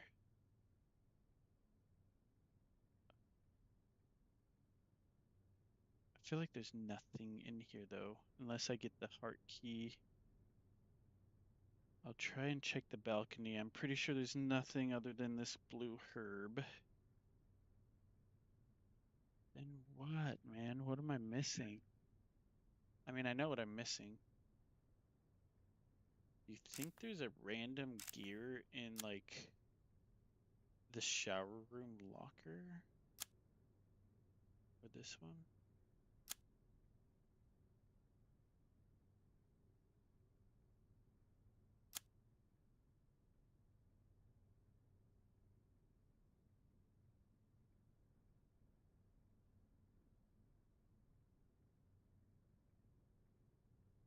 I feel like I hear the big guy. I don't want to run into him. Some rooms by the ladder. I remember we said that. Ladder's here. There's these rooms. They've been searched. There's nothing in them that it would tell me. There's this dialogue here. It's on the third floor. So if I was technically to save down here again, I could go up to the second floor, check this, go up to the third floor, check this, if the other one doesn't work. Right now I'm on the third level. He's coming up here. I can hear him. I think I'm going to run out.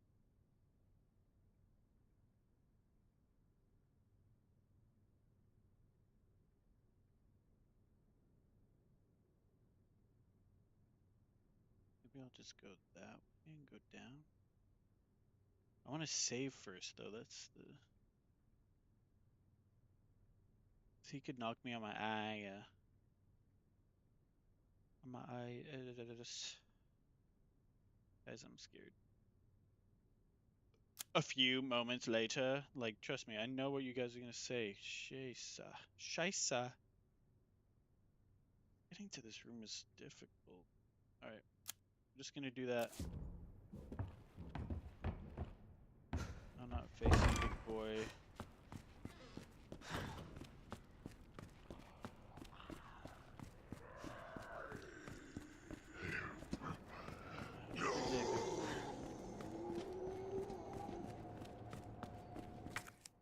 Oh, this guy has a combat knife. Hell yeah. Or maybe, did I stab him? I think I stabbed him. That's probably what happened to my other combat knife.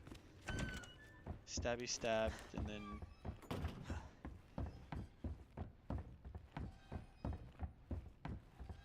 This is... No. Scheiße. Land's changing.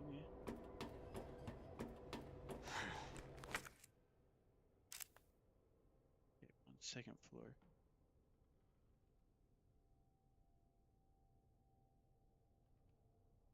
Run shower room and then save down below. Alright.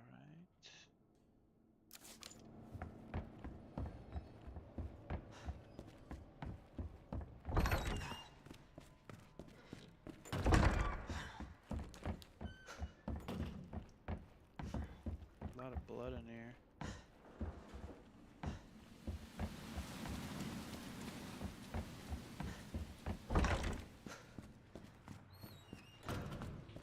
Alright, get that code ready. This locker, whatever it said. I think it is, it looks just like it. What was the combo?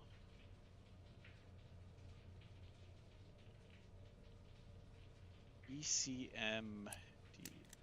DCM. This isn't it. Right?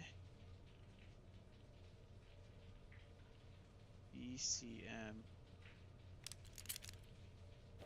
Good. I'm gonna go down and save really quick, and then try and sneak up to third floor. I'm not doing all that again. Ugh.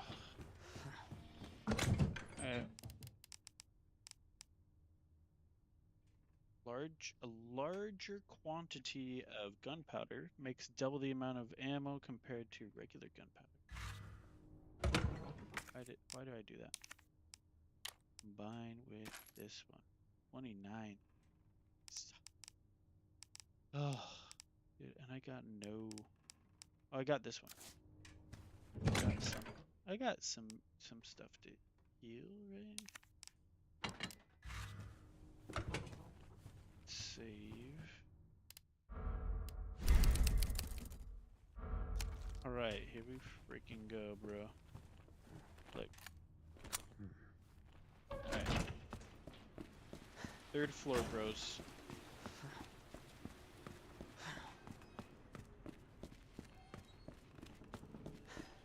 I don't hear stomping McStomp stomp.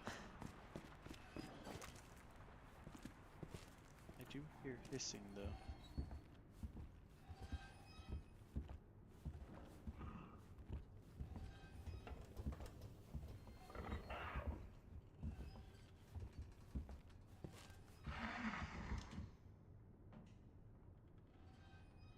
Yeah, but I forgot it again. ECM.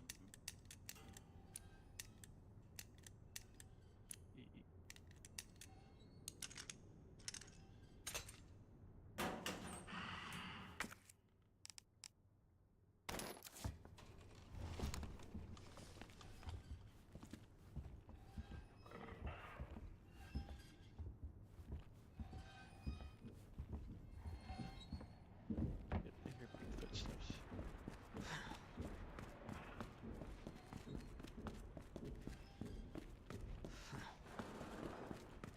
Alright, well, we got ammo. I was hoping for a heart key. Okay.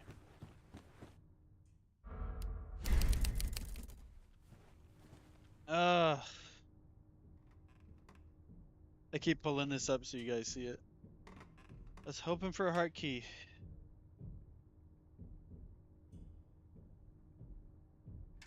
We need a gear. Oh, dude.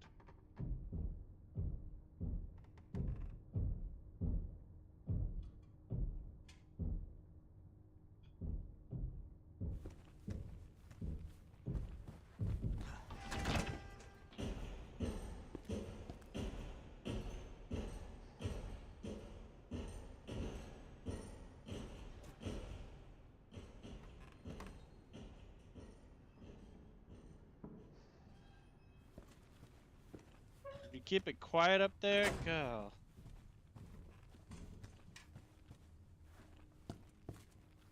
Okay, well. Honestly, I don't want to go out again. We got to a good point, like, holy hell. Like, from the beginning, I was scared. From beginning to end. I think. I mean, I've been super scared in this game before. I think this was the most scared I've ever been. Just these last couple bits that I had to do. Shiitake mushroom, bro. Go back to east storage? What are you talking about? East is this side, right? Basement? Got some red herb in the basement. Rail. Electronic door panel. There's card reader.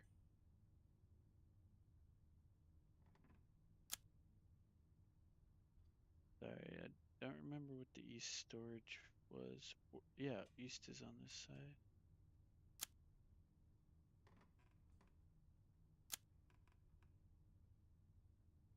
Go back in there.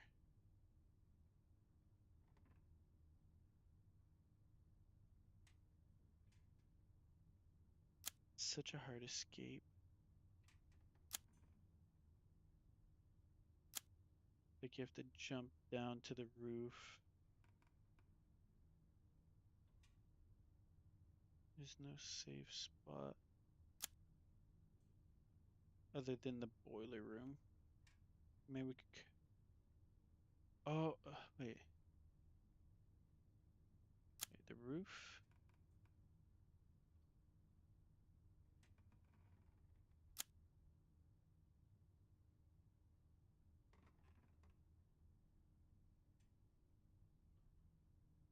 Can't remember how to.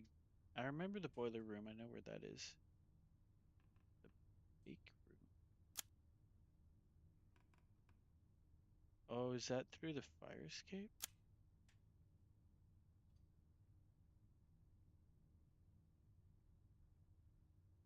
Oh, yeah.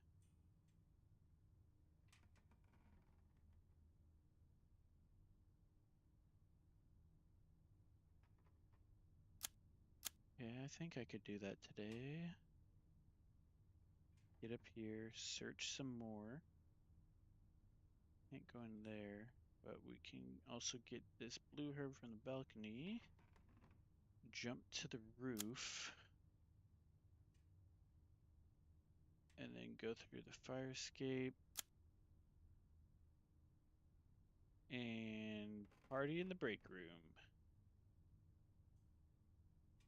Alright, I can do that. Last thing, then you can quit.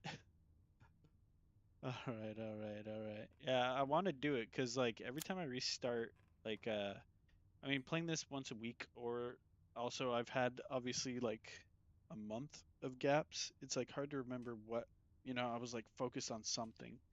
And I had the gear in my inventory the whole time, and I completely forgot about the clock tower until the end, just barely. Okay, so we're going to search the east storage room. We're going to go to the balcony. And we're not leaving until this turns not red. So where am I at now?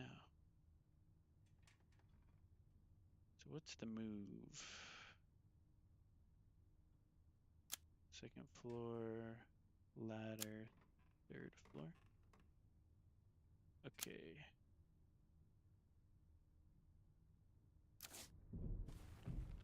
Alright, I'm down. I'm down. Challenge accepted, big boy. I have one heal. Maybe I should grab another heal. Why do I keep doing that?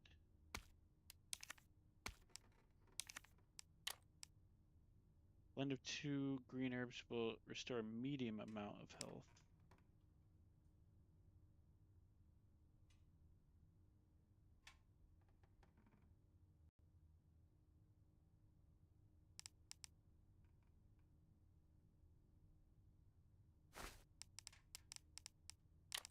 Alright. We'll use this like last resort. Full health and reduces damage taken. Like if it's life or death and I need to save or something.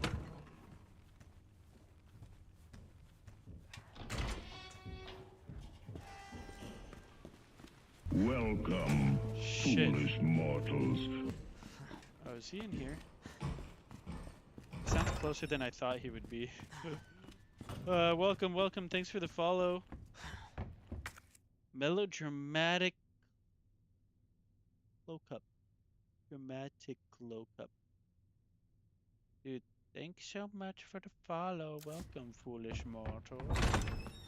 Alright, here we go.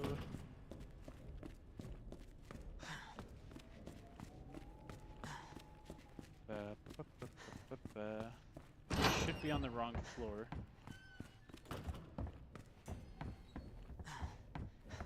If my calculations are correct, he should be on the first floor, maybe making his way to the second. Maybe going up to the third. I should have like a little bit of a head start. I'm being chased by Mr. X. I think that's his name. In other words, Elon Musk. Alright, big guy.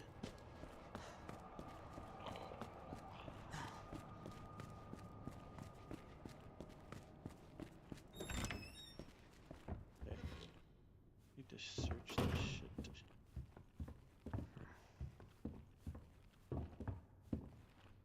Anything? Oh. Rockman. That cleared the room. Okay, see? Clear. We're gonna go to balcony, pick up the blue herbs.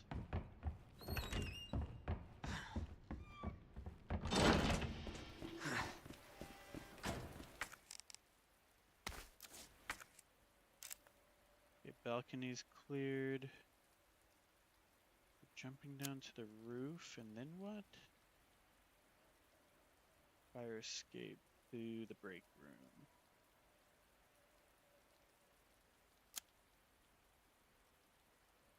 I need that heart. Where the hell is the heart key, bro? I think I have to kill him. I mean, hopefully I kill him at some point.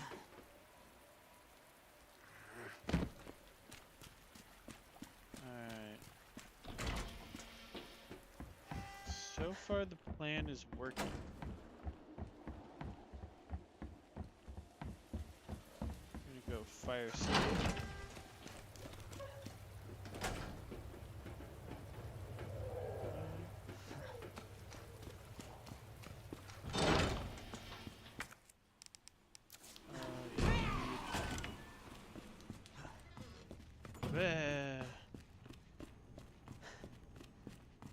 Break room.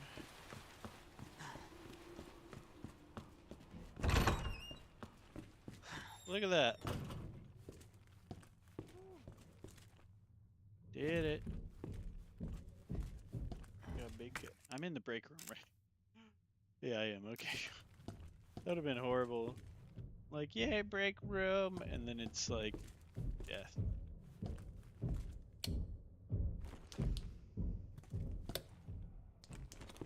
I don't know why they give you the option to turn off the light.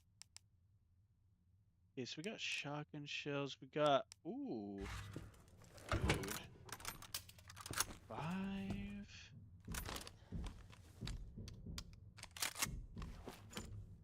Dude, look at that ammo. Man, I started this freaking stream with 1 bullet in my pistol and 1 bullet in my shotgun. You must have already gotten the gear in there. I thought that was where the last one was. Yeah, so I think that was the gear that I had when I ran to the clock tower just a few minutes ago. So there's one other gear floating around out there. Let's save really quick.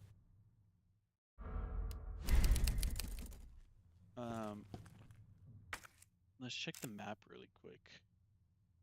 We're gonna go bit by bit. So I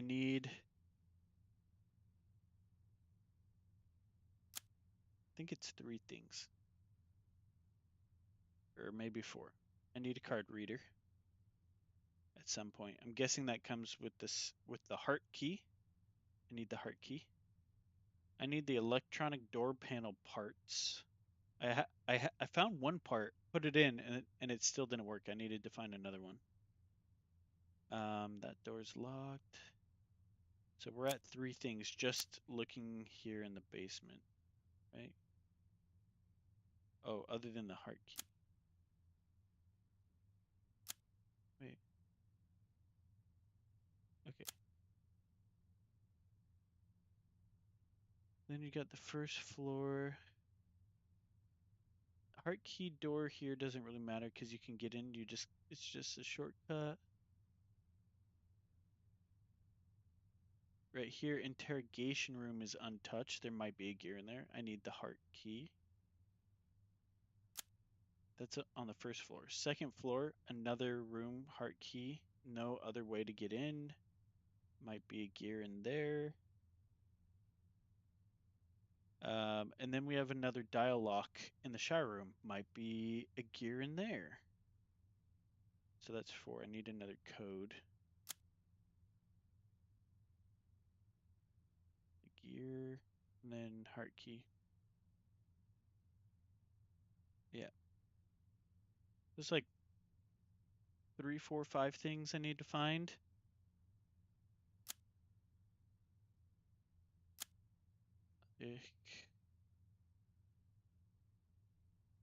Can I take the large gear and plug it in up top? Why is it saying?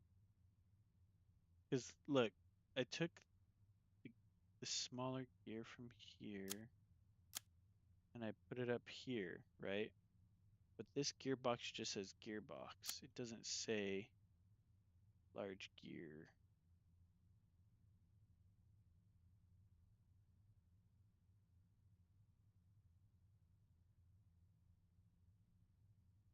I feel like if I plug this in here, the box that's there it'll ring, drop the box, and I bet the heart key's in there.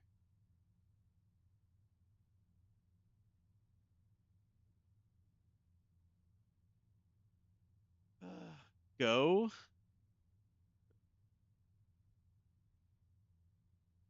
Why didn't I try that when I was in there? Where am I at? First floor? Fire escape to second floor. Can't get up. Have to run around here. Ladder to third floor.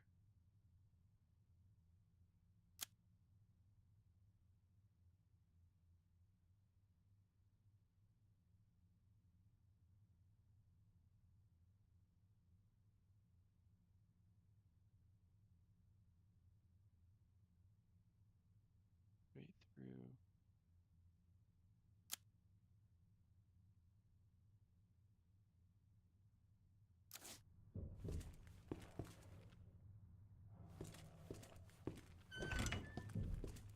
I freaking hate you.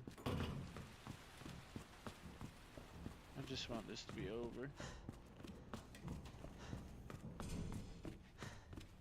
He's there.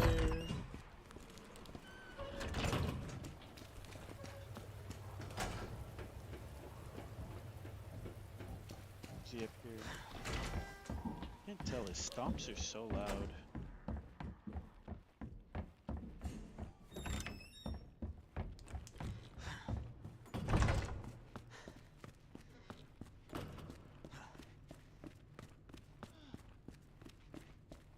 Thought my heart attacks were over for the night. Apparently not.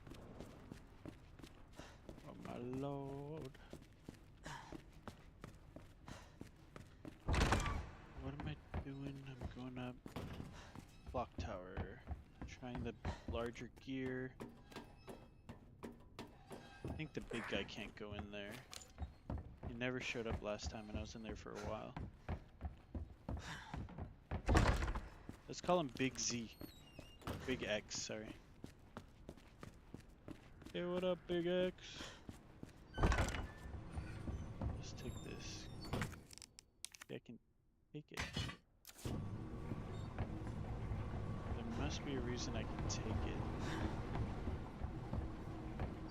Will it fit?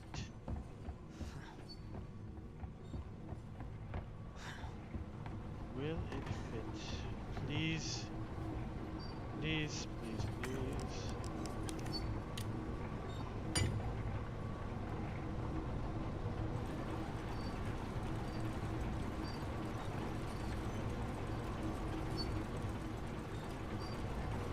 What's happening, bro? Ding.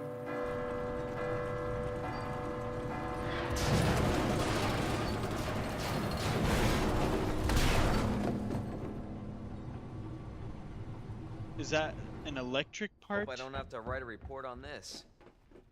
Is that the electrical part I need, or is that the heart key? My guess is electrical part. The box looks like an electrical part piece. And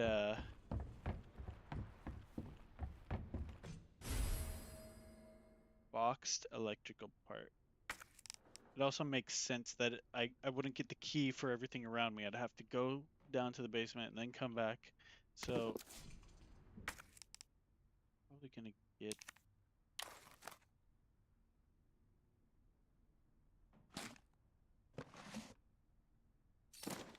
electrical part, small electrical part.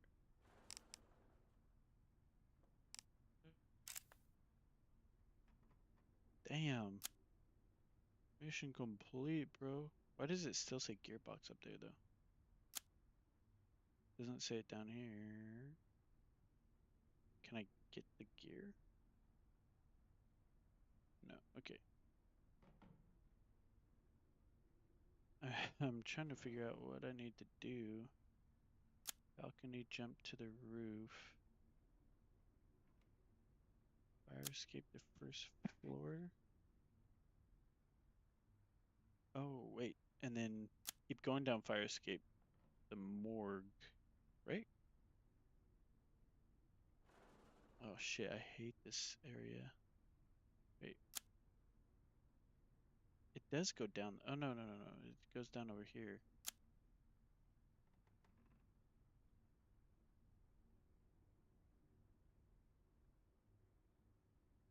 And that opens up a whole new basket. Doing this will probably open up the cells. There's a bunch of people. But what will it give me? I don't remember. A key card? Key card, maybe? I should pop in here and grab the red herb too. Okay, so I'm gonna run out here, balcony, roof, fire escape like hell. Okay. Okay. Oh golly.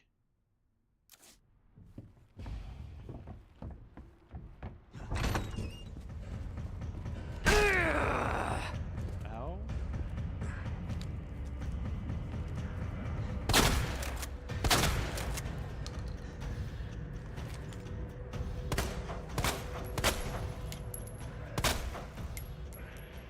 Can I execute him? For fuck's sake.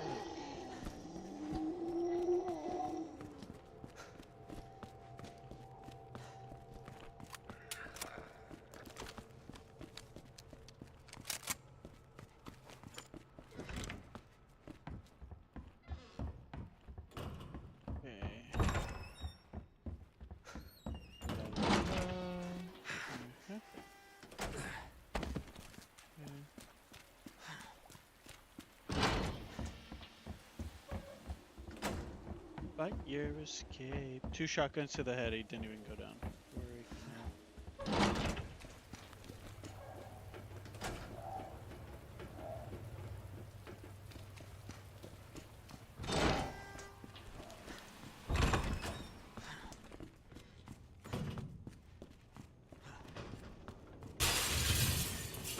Hello, pajama boy.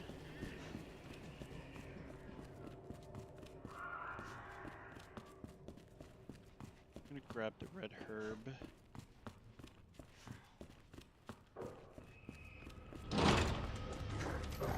Fucking hell.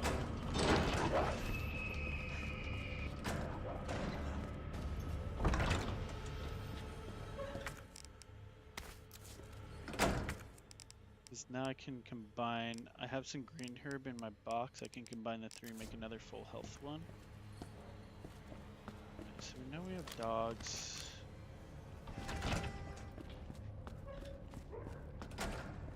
Remind me. Out to the right through the door.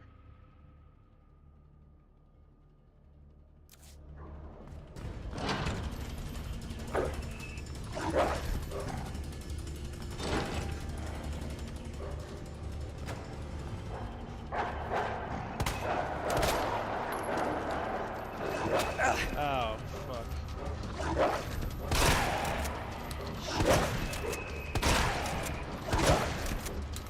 Oh, I'm getting chills.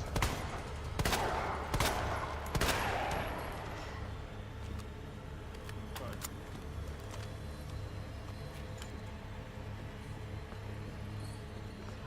Alright. Partake. You feel fine. There's no save points around here, I think.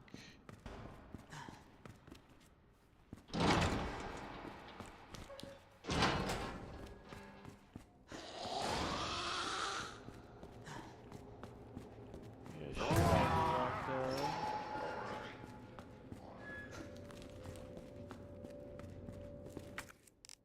This electrical part took forever.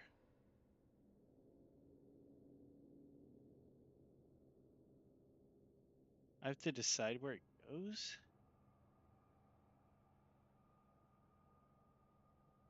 What was happening?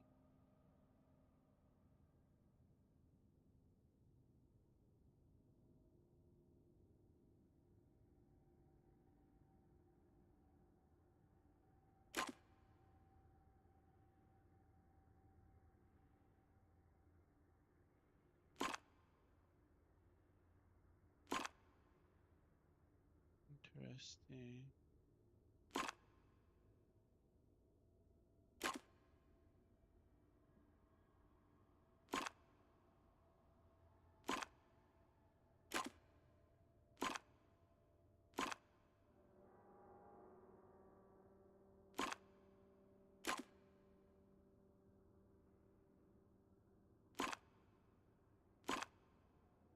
It has to be that way.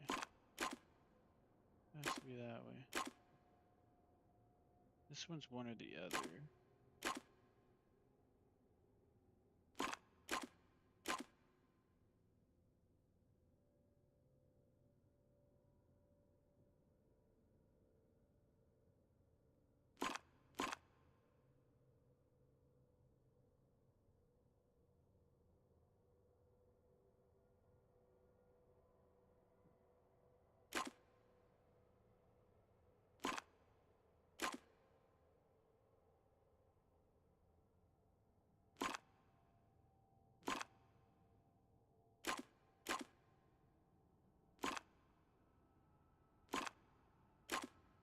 Interesting mini game.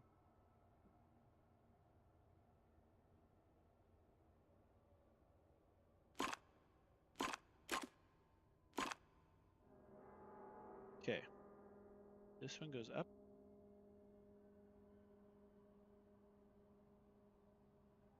To here.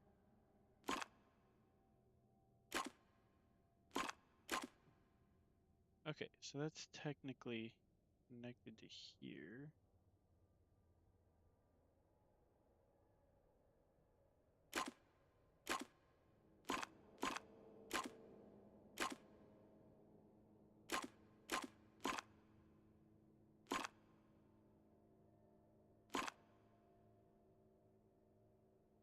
So it connects both of them.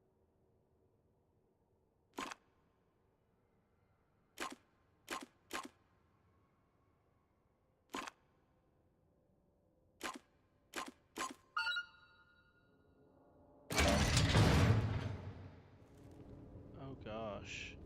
I don't know if I'm ready for this. Big ass guy came in and killed it. Was that Mr. X? Huh? Ape? That doesn't explain the rumors about the orphanage. I just find it way too coincidental Umbrella's one of the benefactors. You told me this interview was about the new scholarship Umbrella set up. Come on, Annette. Nobody cares about that. They want to know about the G virus. Where did you hear about this? And that big fucking sinkhole in the city, which, by the way, rumor has it goes straight to your underground lab. Now, are you going to talk to me, or are you going to... This interview's over. Bitch. Gosh.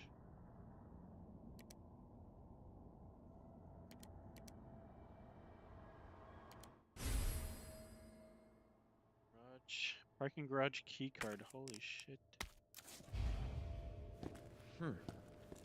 What are they Dude. after? Ben's memo. Station swarming with monsters. Even here, I can hear their cries, but it's not the zombies I'm afraid of. Codename Tyrant. The ultimate bioweapon developed by those bastards in the utmost secrecy. Think that thing might be wandering around here. Chances are they ordered it to wipe out the witnesses. Oh shit, that's why he's after me. Alright, so jail is done. Are these doors gonna be open? That's a question. Fuck dude, I gotta get to this card reader. That's it. Cosmo Lounge. Sorry, dude. I haven't seen your messages. Ayo, I became a foolish mortal. Yeah, you did. What are you wearing? I hate this puzzle. Not sure if this guy sees my comments. Hello. Sorry, Cosmos Lounge. I do see your comments. I've just been so like engaged and focused on not dying. So this is a SpongeBob costume. I just thought of it right before I started streaming. I was like, I'm gonna put that on. It inflates, and it was just too big to play in. Like the eye holes were like above my head, so like I had to like really try and look down to You're a funny guy. Oh, thanks. Is that a compliment? But yeah, so now we're just stuck with what we got. But at the end of the stream I'll inflate it. We'll inflate it, I'll show you what it looked like. I had my headset on inside too. Like little wire coming through. We'll try it out just for the last second so I can show you guys how insane it is. Alright. But until then, we gotta make it from here to here. I honestly think it's gonna be hard. I think there's gonna be a face-off with Mr. X, aka Elon. I feel like there is, and maybe the jail cells will be open too. So there's gonna be like a lot of zombies.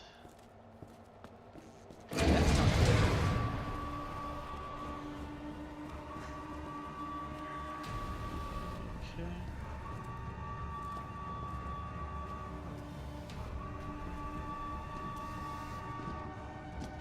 Hey.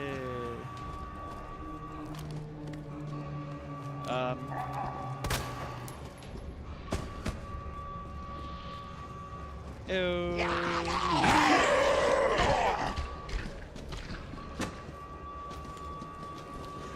Oh shit.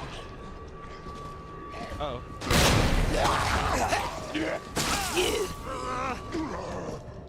Is big guy in here? Oh shit.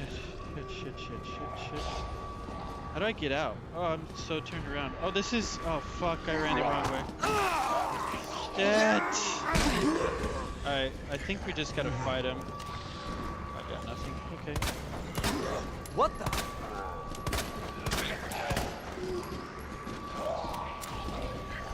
Alright.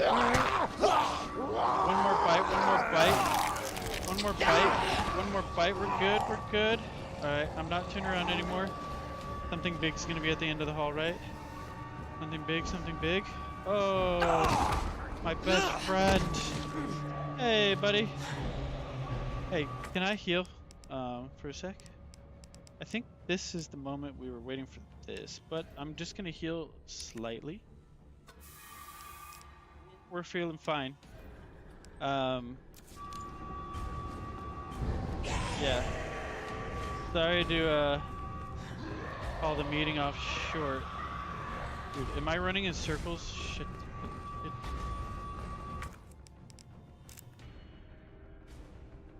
The door's right there. Okay.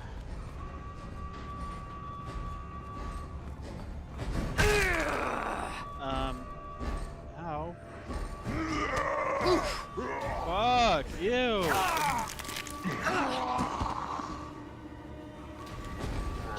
This is not ideal.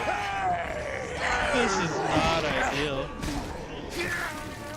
Okay, okay, okay. Pause. Shit. Could this have been any worse? Fuck. Examine, no use, bitch. Okay, I'm feeling fine. I'm on the ground. This is good. Dude, there's no way. There's no way. There's no way. There's no way I can't do anything. I'm clicking. I'm space barring. I'm clicking. Oh.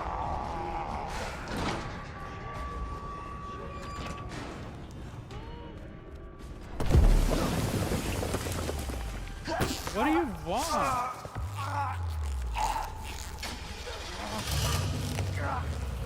Come on.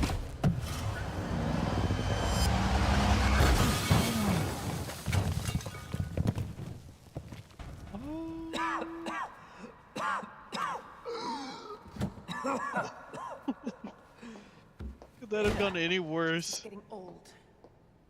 Saving your ass, that's Oh my twice. gosh. I didn't realize you were keeping score. Look, this isn't a game. Run! Nothing dies down here.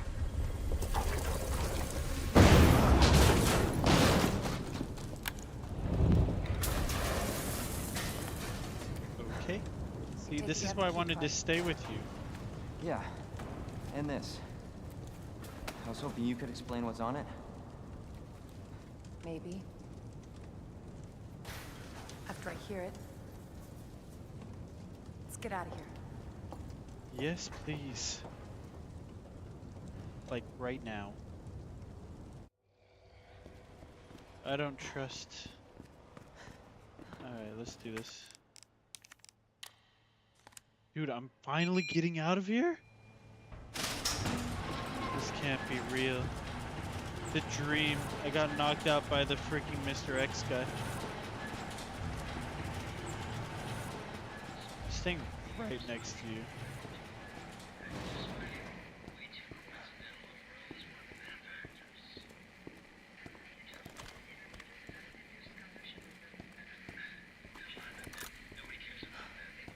You like my big gun? Yeah. Pretty badass, yeah. Is that the intel you needed? Unfortunately, no. Ben didn't come through. Well, what But she was exactly are you pulling off a looking for? mask. More info on the people responsible for this mess. This is the underground lab. What about you? Trying to save the world? I told Lieutenant Brenna I'd bring help. Good luck getting that. Oh gosh. Is this like the 007 in the game? Where are we going? No way. Wait, did we? Road's out. Going through that gun shop looks like the only way. You have the key, right?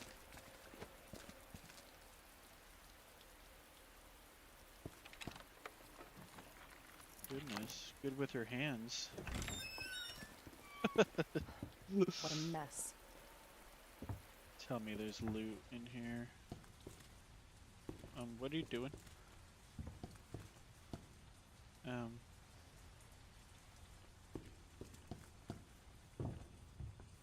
take it I'm allowed to look around. Long barrel, hell yeah. Grenade, that came in handy. Dude, that was like the perfect time to have a grenade, holy hell. I've never used a grenade better in my entire gaming life than that moment. And I ruined it too because I ran the wrong way. Freaking idiot. Kendo, it seems like you've got your reasons to stay put, so I'll trust you take care of yourself. Still, if things get worse and your other arrangements don't work out, you know where to find me. I'll do everything I can. Jill Valentine. Give me some more loot, please. What is she staring at over there? Don't move. I'm not gonna hurt you. I said don't move. I hope the girl doesn't kill him. I'm gonna ask you to lower that weapon. I kill you are. You're gonna turn around and go right back out the way you came in. Oh, that creeped me out for. She's a zombie. Your daughter needs help, sir. Don't tell me how to deal with my daughter. Yeah, Drop dude. it. No! Wait! Step aside. She's gonna attack We him. need to terminate her before she turns. Terminate. It's my fucking daughter. Not anymore, Yeah. bro. Just let them be. Emma? Sweetheart, I told you to stay put. She's gonna get him. Daddy's here. Bite. Come on, dude. Here it comes. What they did to us. He's dead. You're a cop. You're supposed to know something. How did this happen? Huh? Dude, this She is was it. a sweet little angel. Dude, Mommy. I'm a please. sweet thing, honey. Okay? And I'm gonna put you to bed too, okay? Emma. Dude. Oh, maybe it ends up being like a nice story. I don't know.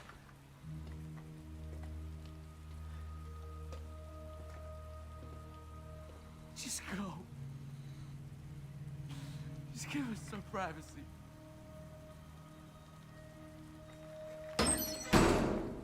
Alright, bro. You got it. There's gonna be a gunshot. You know, it's one thing to keep the truth from me, but why him?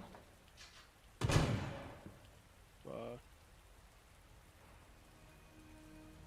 I want to find out what's happening here and stop whoever's behind it.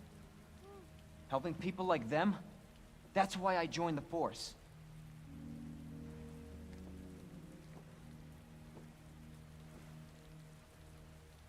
My mission is to take down Umbrella's entire operation. We may not make it out. Can we make out though? Whatever it takes to save this city. I mean, what? Count me in.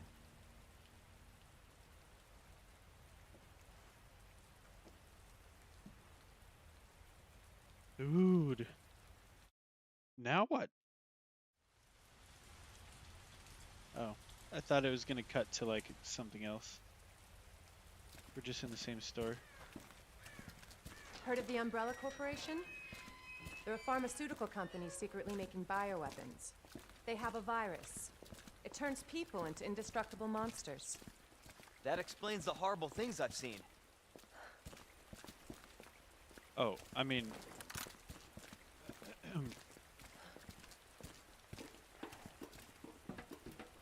Ba-ba-da-ba-da. And that's why I'm looking for Annette Birkin. She's the one at Umbrella responsible for unleashing the virus. I'm going to bring her down.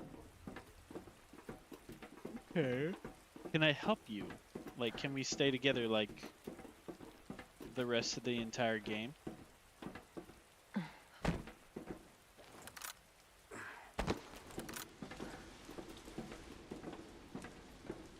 Why do I keep checking my arm? This is how we get to Annette.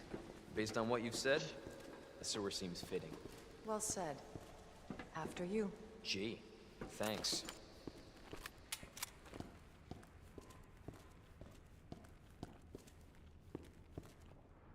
Oh, I was gonna say, dude. Can I get a save point?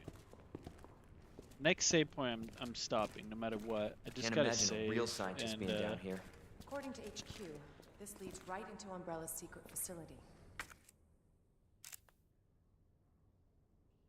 Come on. Sewers are run by the city.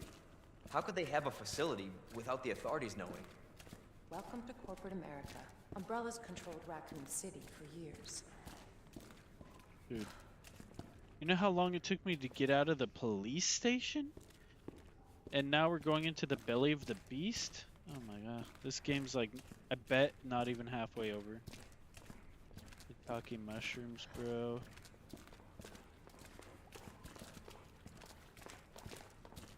Oh jeez, you wanna go first? Go first.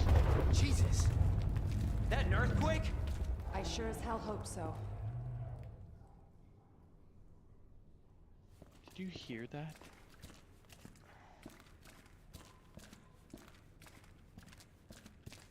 Is it the alligator guy? Crocodile man? Can I get a flashlight? Come on, bro. Oh, jump scares. What the hell? Stay sharp. God only knows what's down here. Stay sharp?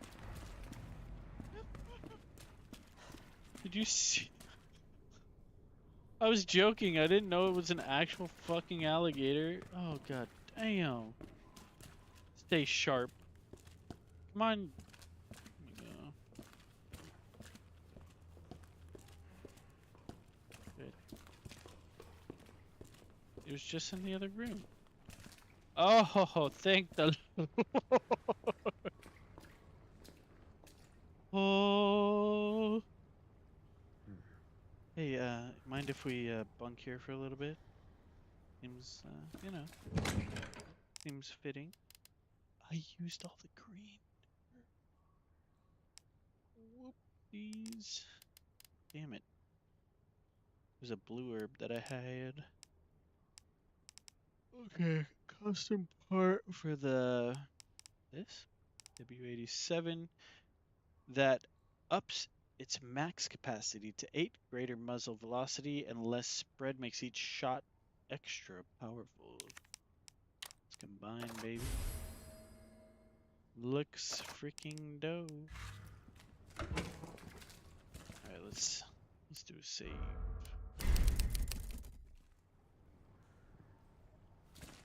Well, since we'll be here for a while, I mean, we got, I don't know, a sheet here, a little bed here. Like, you mind if we share? Because there's only one of each. I'm just kidding. Dirty jokes, my bad. Holy cannoli, guys. Damn, we got really far. And I only screamed like a girl like once.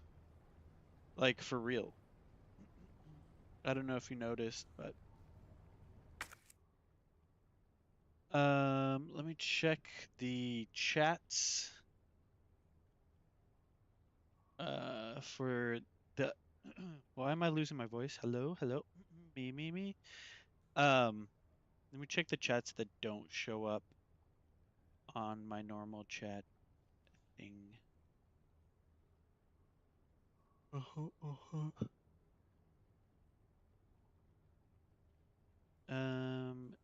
No, not it. Dude, what's up, people? I see you. I see you guys on Rumble here. What's up, broskies? Thanks for the support. Holy hell. Instagram, sad as usual. X, holy shiitake. What's up, people? Dude, thanks for watching. Yeah, if you're watching on X, much appreciated. Thank you. X is trying to make some strides on X and TikTok and YouTube, but whatever. I guess all around needs to grow. Okay. This is where we're going to transition. I know you guys have been hearing things, words called, people use the words transition in the news a lot nowadays. This is exactly the opposite of that. This is not that.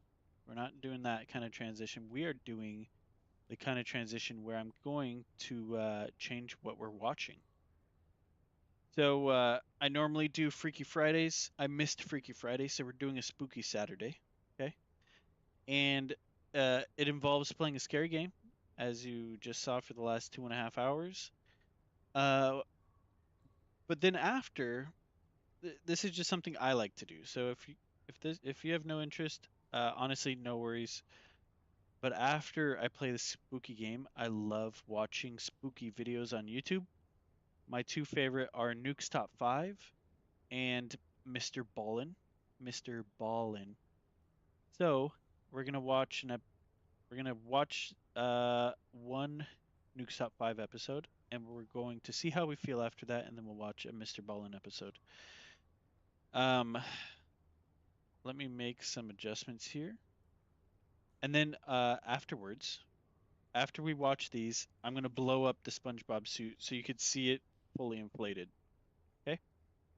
And you could see why I did not stream with it fully inflated. I tested it before I streamed, and I was like, yeah, there's no way. Okay, what do I have to do here? Let's go here. Let's go here. Oh, yep, there it is. Uh-huh.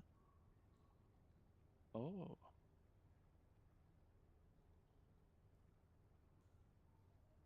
Nukes Top 5. Got a new episode that came out a week ago, which is perfect. We're gonna watch that. Should I change? I mean, I might as well. We're gonna change the at least what it says we're streaming on Twitch. Just chatting, right? I guess so. Or I think there's a ghost one. Ghost. Is that a game? No, no, no.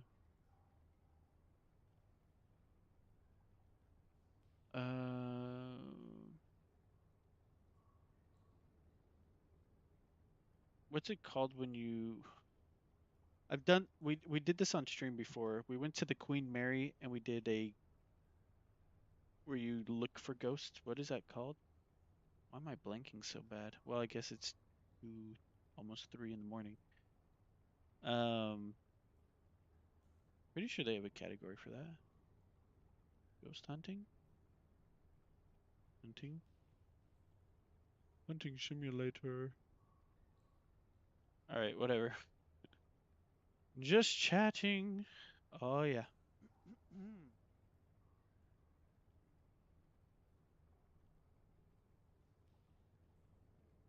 Switch this one over to just chatting as well.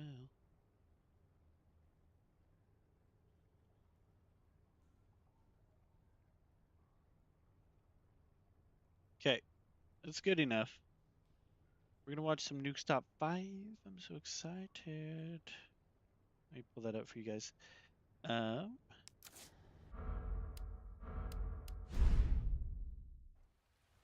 Damn, bro. This game freaking sucks the soul out of you. It's so scary. Alright.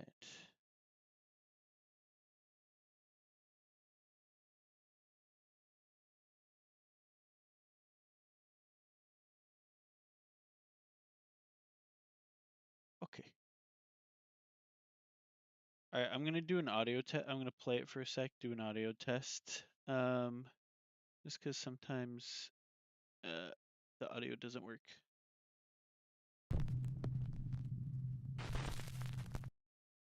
Alright.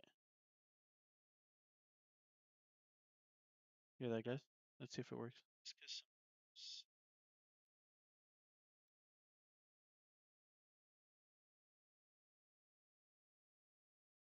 Alright.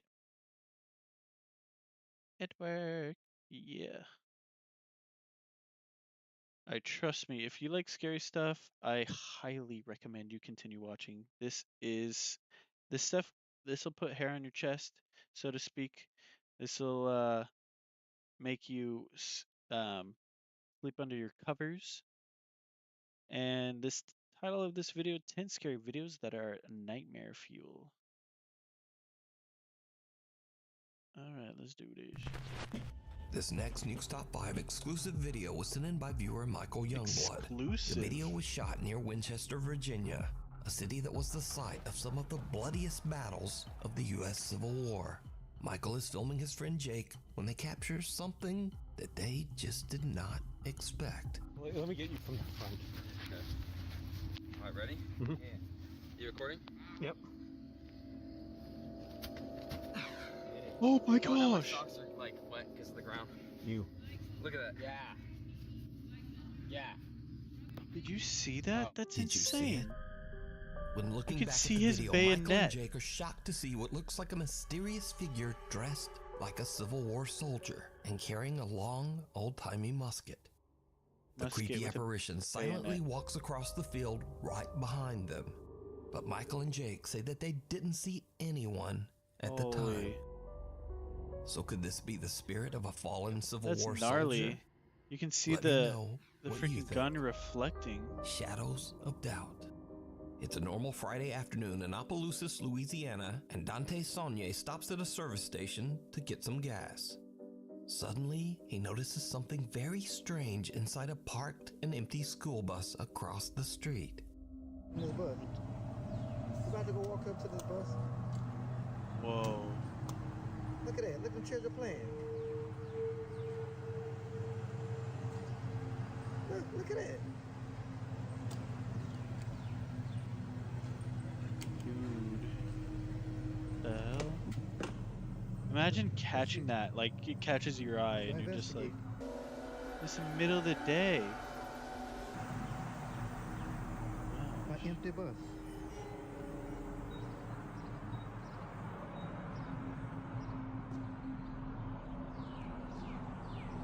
My empty bus.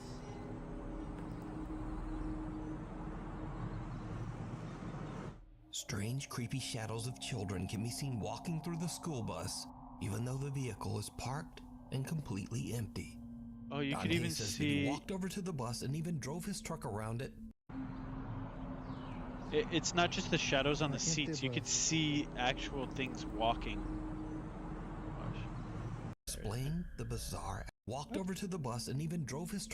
Strange, creepy shadows of children can be seen Watch. walking through the school bus, even though the vehicle is parked and completely empty. See it? Dante says that he walked over to the bus and even drove his Like a truck around shadow. it, but saw no one and nothing to explain the bizarre apparitions. Dante was creeped out by the entire experience and posted his video to Facebook, where it quickly got over 2 million views. As of today, the mystery of the school bus shadows remains unexplained. The Midnight gnarly. Whisper. Reddit user Mike is up around midnight after his family have all went to bed. He suddenly smells a strange odor coming from the living room, and he suspects that one of the family pets might have urinated on the floor.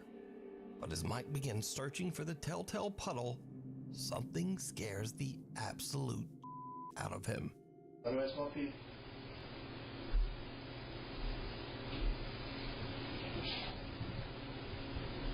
Dude.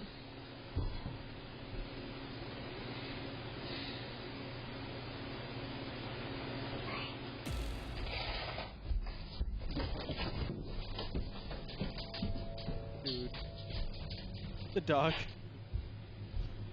A small childlike voice seems to whisper, "Mike," from somewhere nearby.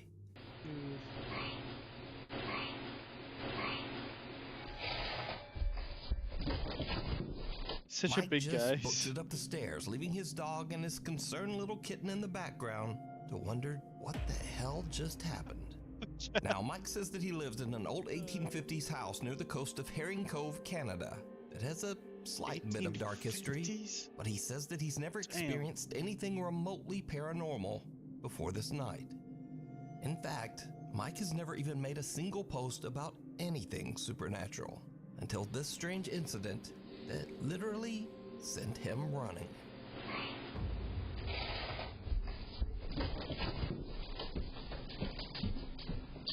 Dude. The thing in the tunnel.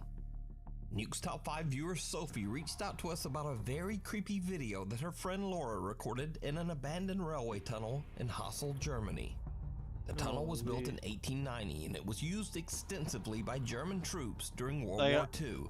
So, while on a weekend trip, Laura checks out the historic old abandoned rail tunnel. She's recording with her phone when she captures what is maybe one of the weirdest clips I've ever seen. Check it out.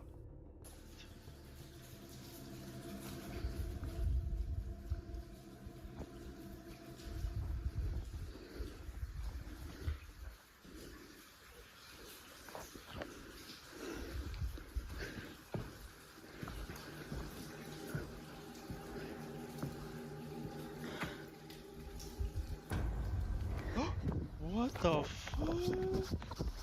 Something pale and thin can be seen rising up from the tracks in front of Laura on what looks like a thin little arm.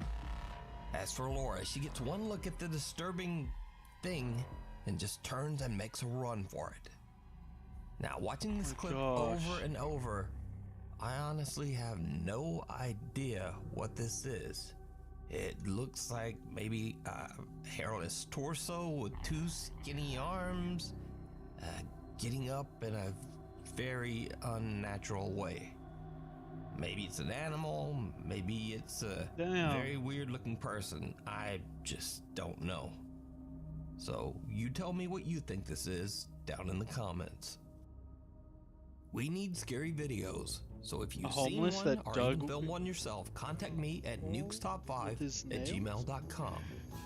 Evil Alexa. Now this next video is about the dangers of accidentally scaring yourself. 8-year-old Jackson and 2 of his friends are having a sleepover at his home in Grapevine, Texas. The 3 fearless young boys decide to ask the family's Amazon Alexa to tell them a scary bedtime story. It was then that they realized they had made a huge mistake. What? Alexa, tell me a bedtime story.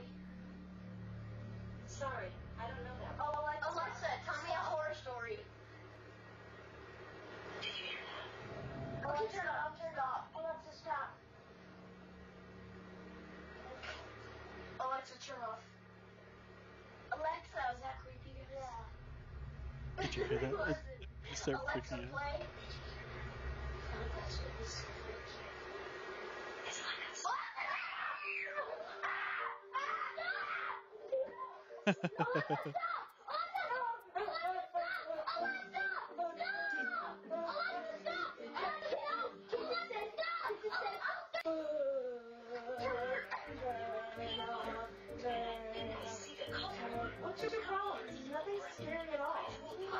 I should do that with my kids, dude.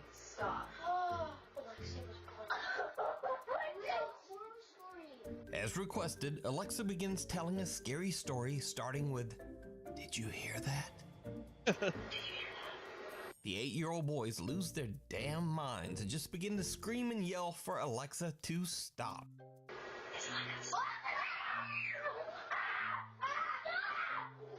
It's so funny, dude. I gotta try that on my kids, dude.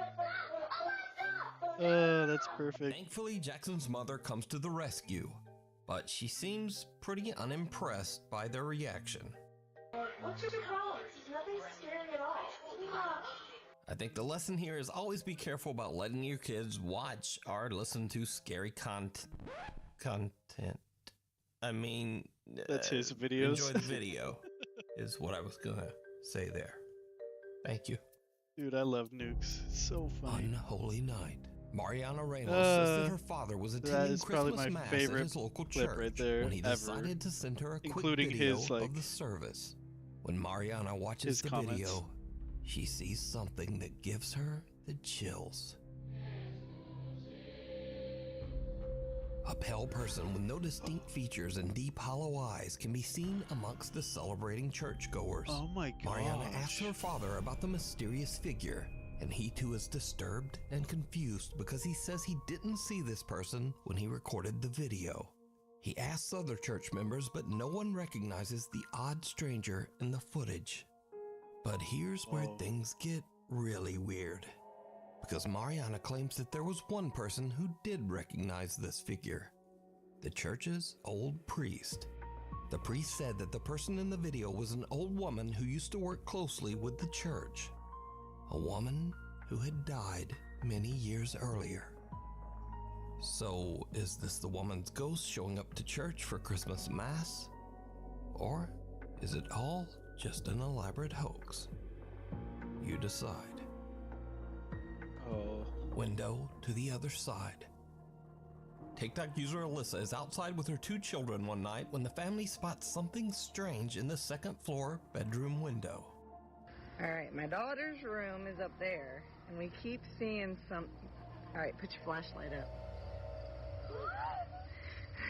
What? Okay, wait, we're gonna look down for a minute, but put your flashlight down. Let's see if we can get it to go again. What? Alright, flash it up there. Oh, God. now it's gone. Put your flashlight down. Flash it again. Put it down, put your flashlight down. Let's see if it'll do it again. Alright, put it up, hurry. Oh. Oh, God. Someone or something can be seen peeking through the blinds of Alyssa's daughter's bedroom.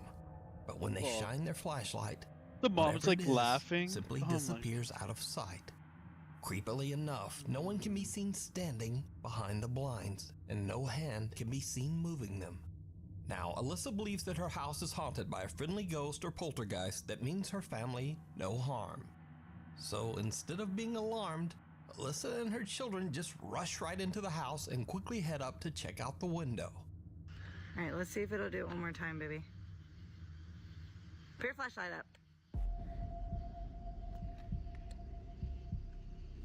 Alright, it. Let's go inside. Let's go inside. Let's go inside. Alright, here's the upstairs. I just want to show you guys.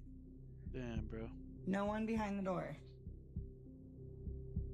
Here's my daughter's room. It's a little messy, I'm sorry, but just to show you. Here's the closet. I just want to show you there's nobody behind. Nobody in the closet. Here's the window right over here. Nobody. Not a single person up here. The family finds nothing and no one there. Jeez. Now, it is interesting to note that shortly after posting this video to TikTok, Alyssa closed her account and seemed to just kind of disappear from the internet. So, that is a bit of a mystery. It kind of makes you wonder if that ghost was friendly after all. Walking Among Us. Canadian paranormal investigation team Walking Among Us reached out to us about a terrifying experience one of their investigators had at the historic SDG jail in Cornwall, Ontario, Canada. The SDG jail was built in 1833, and over its 190-year history, many people have lost their life here. Some by hanging, some from illness, and some from horrible violence. Perhaps even more disturbing, many unclaimed bodies were buried right on the property. With a dark history like that, it's no wonder that the SDG jail is said to be extremely haunted. On an overnight investigation, Walking Among Us team member Krista is all alone in a known paranormal hotspot on the lower levels of the jail. She has a chilling experience that the investigators just can't explain. My name's Krista. Can you please tell me your name?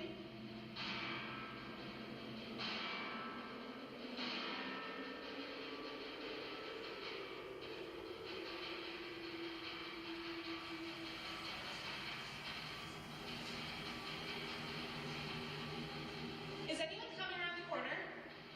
Yeah. What? Rafe? That was it. No, stop. Ayo. Rafe? That's not funny. Krista is Holy freaked shit. out when she hears shuffling footsteps in the hallway near her, and then hears a voice that she thinks is fellow investigator Rafe. But there's just one problem. At the time, Rafe is in a completely different part of the building, filming with the other team investigators. That wasn't a farm. Nothing ever happens to me. I'm fine. Yeah, but maybe it will. Okay, fine. I'll sit there. Sit for like 20 seconds. Okay, See if you fine. hear Water anything. I'm the same way, so I tend to just be behind the camera. Which is more fun. It is.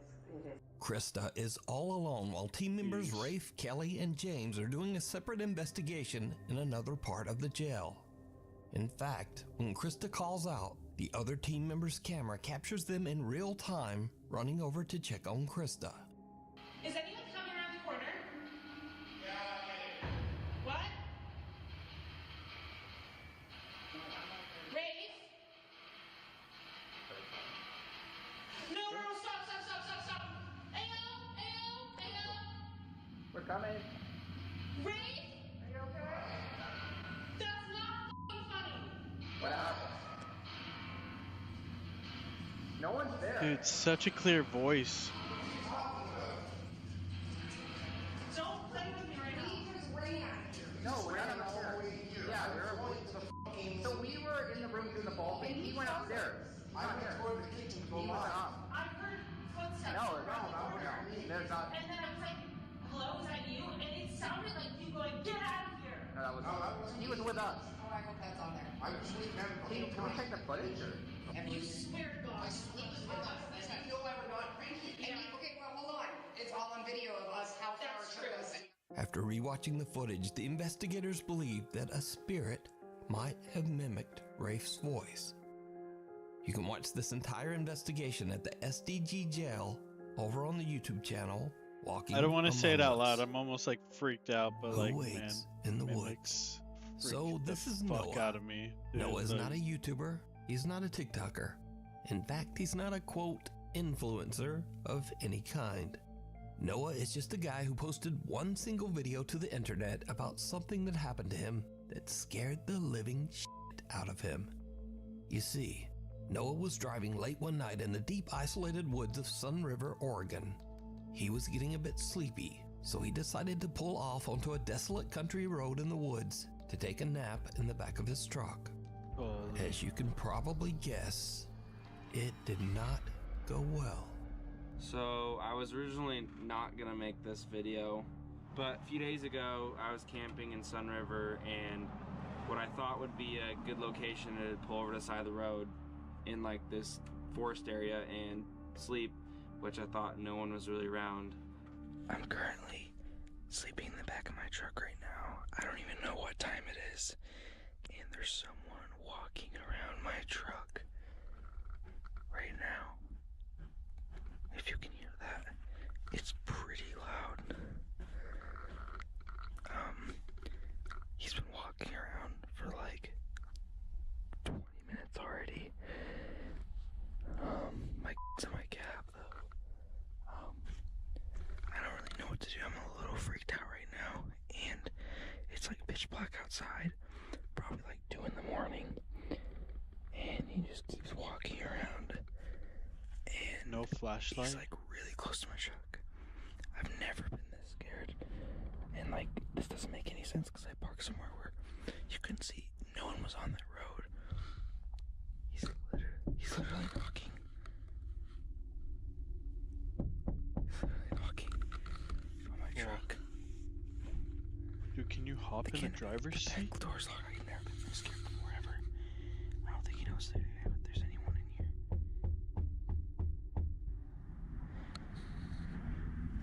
I'm so scared right now. He's literally peeking through the door right now.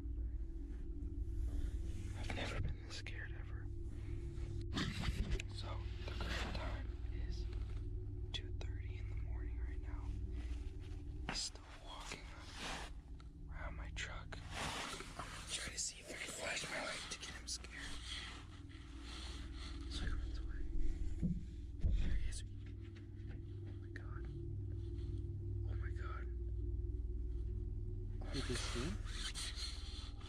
Eventually, whoever this person was wandered off and left Noah in peace.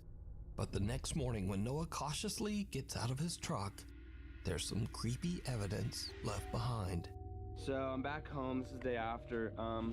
He was trying to peek in my truck quite a bit with all these marks. I didn't even notice until I got home. Handprints there, a lot of scratches, stuff like that. Dragging his finger on my side of my truck. Well, looks like to be trying to get inside my truck. That's really all I could tell from when he was walking around. That's new. Don't know how that got there. More handprints trying to get in my truck. At least the back canopy was locked, but yeah, that was the result. So that was probably the scariest camping experience I've probably ever had in my entire life. So he can't now, get the strangest through. thing about this entire incident is that Noah was parked off the road, in the woods, in the middle of nowhere, in the middle of the night. And whoever this person was outside had no flashlight and never spoke a single word while skulking around Noah's truck all night long. Wow. So, just who was this? And what did he want? Maybe Noah is lucky that he never found out. Hider in the house. Memo and Patty, a couple who explore haunted places in Mexico, are worried that a vengeful female spirit followed them home from one of their investigations. Oh. The couple says that they now experience frequent paranormal activity in their home that terrifies both them and their children. A few months ago, we featured Memo and Patty's story as they began broadcasting their experiences live on YouTube in an attempt to prove that their paranormal encounters are real. Te ordeno que te largues de nuestra casa. ¡Hola, madre! One night, they were woken up by weird sounds coming from outside their bedroom door.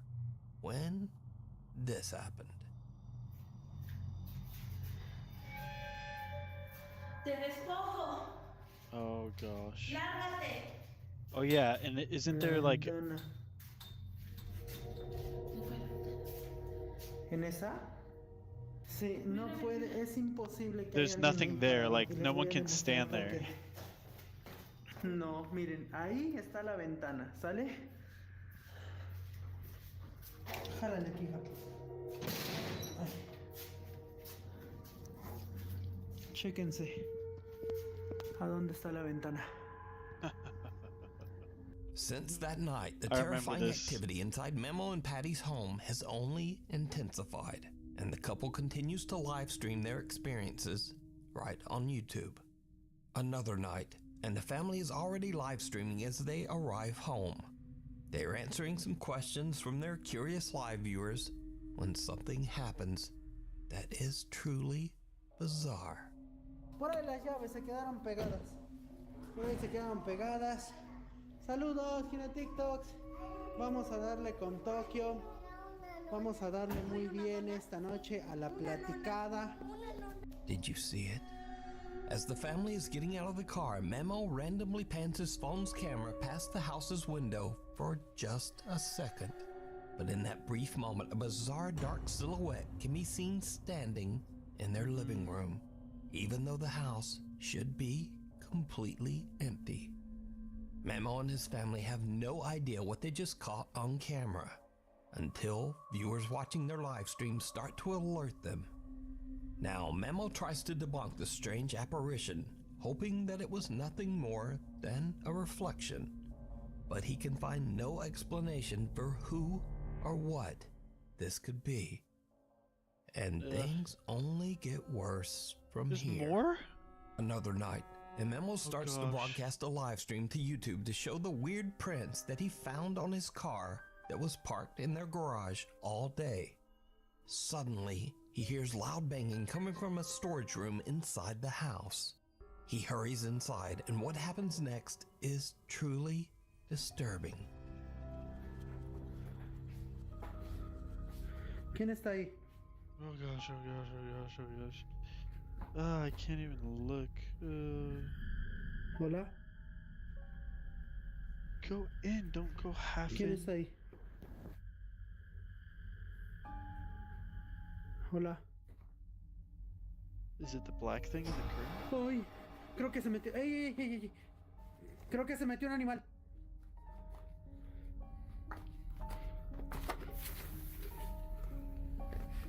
Hola.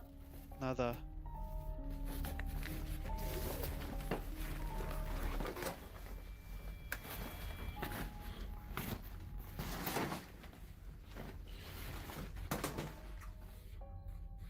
mames. No mames. The children's playhouse suddenly moves by itself and just slides right across the floor. Mamo fears that an animal has gotten into the playhouse. He frantically checks inside and out. There's nothing there. But, again, did you see it? Something that looks like a very tall figure with a shadowy face can be seen peeking out at Memo from behind a shelf. Again, Memo doesn't see it and is completely unaware of what just happened until his livestream audience points it out, telling him to go look behind that shelf. ¿Aquí? ¿Cómo creen? Si aquí no hay nada. Está hasta la caja. Vean, es ropa vacía. So just who or what is this? Could it be the spirit that Memo and Patty claim haunt their home? Or is this something entirely different? It's up to you. You decide. Thanks so much for watching. If you liked the video, please hit subscribe and turn on notifications. You can also say, hi, Nuke, over on social media.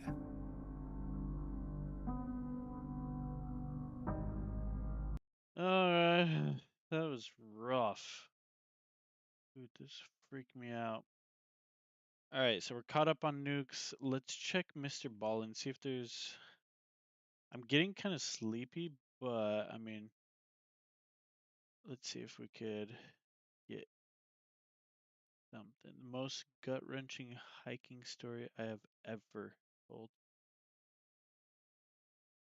Gaining almost 10 million subs with just his iPhone. La la la. Top 5 bingeable scary stories. Forest Horror Edition. Holy crap, 1 hour. Dude, I've got to watch this one. Not tonight. It's an hour. It's going to be too late. I got half an hour. I got like half an hour. No one believed him until the calls started.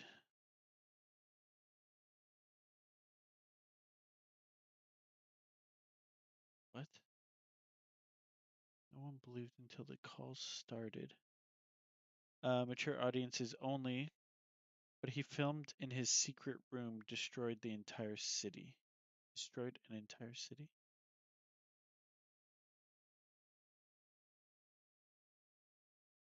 They all heard dead people. Top 3 strange but true for audiences.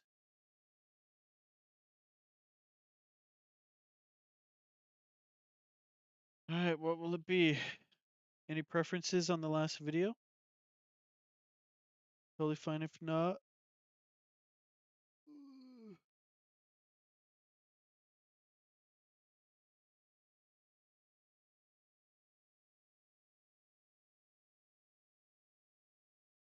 What he filmed in his secret room.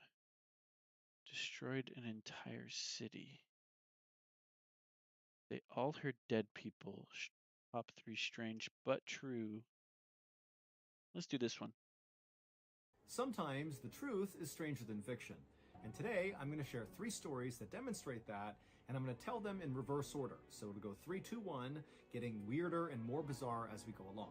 And also, these stories are of the more spooky variety too. So stranger than fiction and kind of spooky. But before we get into those stories, if you're a fan of the strange, dark, and mysterious delivered in story format, then you've come to the right place, because that's all we do, and we upload once a week.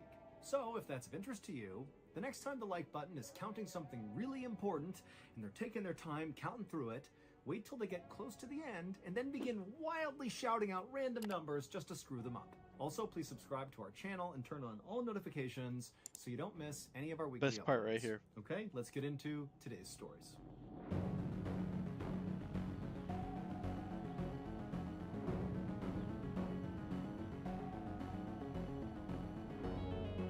More than a feeling. There for all the... At around 5 p.m. on August 29, sounds. 1954, a 53-year-old woman named Juliet Exline had just sat down on her couch with a book inside of her home in Los Angeles when she got this weird wave of anxiety that kind of rushed over her. Now, there was nothing she could think of that would cause her to feel this way, and she even looked around her house thinking, maybe there was something weird going on, but there was nothing. And so finally, Juliet, she put her book down and just took a few calming breaths to kind of go back to normal. Like, she didn't know what was going on, but she could tell she was super anxious. Now, generally speaking, Juliet was a very mellow person. She was not prone to anxiety attacks like this, and so that kind of caught her off guard. And the only thing she could think of that was different than normal was her husband, Larry, was on a much needed vacation. And so the last couple of days while he'd been gone had been maybe more lonely in the house. And so maybe that was causing her to feel this weird stress. She didn't know, but she told herself, Larry's vacation was definitely a good thing. Larry was an exterminator, and over the past 2 years, he had not taken a single day off. He was a total workaholic. And so when Larry began to talk about wanting to take a break, Juliet had encouraged him to put in time for some vacation time, put in a request. And Frank had actually done that, and as soon as his boss had approved a 2-week-long vacation, Larry had been so pumped, he had called his friend, and they had immediately scheduled a fishing trip, and 4 days before, Frank and his friend had driven off to enjoy his time off. And so as Juliet thought about that, she told herself that, even if she was feeling a little bit anxious about Larry being gone, it really was a good thing for Larry. I'm getting confused, and it would improve not only his life, but her life as well. This was overall a good thing, and so she just needed to kind of deal with this anxiety that maybe or maybe not was connected to Larry. She didn't know. But for the rest of that evening, Juliet just could not get rid of this kind of baseline low-level nervousness she was feeling. And so at some point, she began getting up and walking around her house and confirming all the windows were shut and locked and the doors were locked. She was drawing curtains, checking in closets, making sure everything was totally safe. And then by 8 p.m., when she still just could not shake this anxiety, she decided she just needed to go to bed and kind of sleep this off. But after falling asleep, Juliet suddenly woke up at 10:15 p.m., drenched in sweat, with the most intense anxiety she had ever felt in her life. And she was totally disoriented. She's looking around her room like, what's going on here? And then she heard a voice. It was Larry's voice, except he sounded funny. He sounded like quiet, as if maybe he was outside the house trying to come in and he was calling to her. And so kind of in a panic, she jumped out of bed, ran into the hallway, and right in the hallway was Larry. He wasn't outside. He was right there.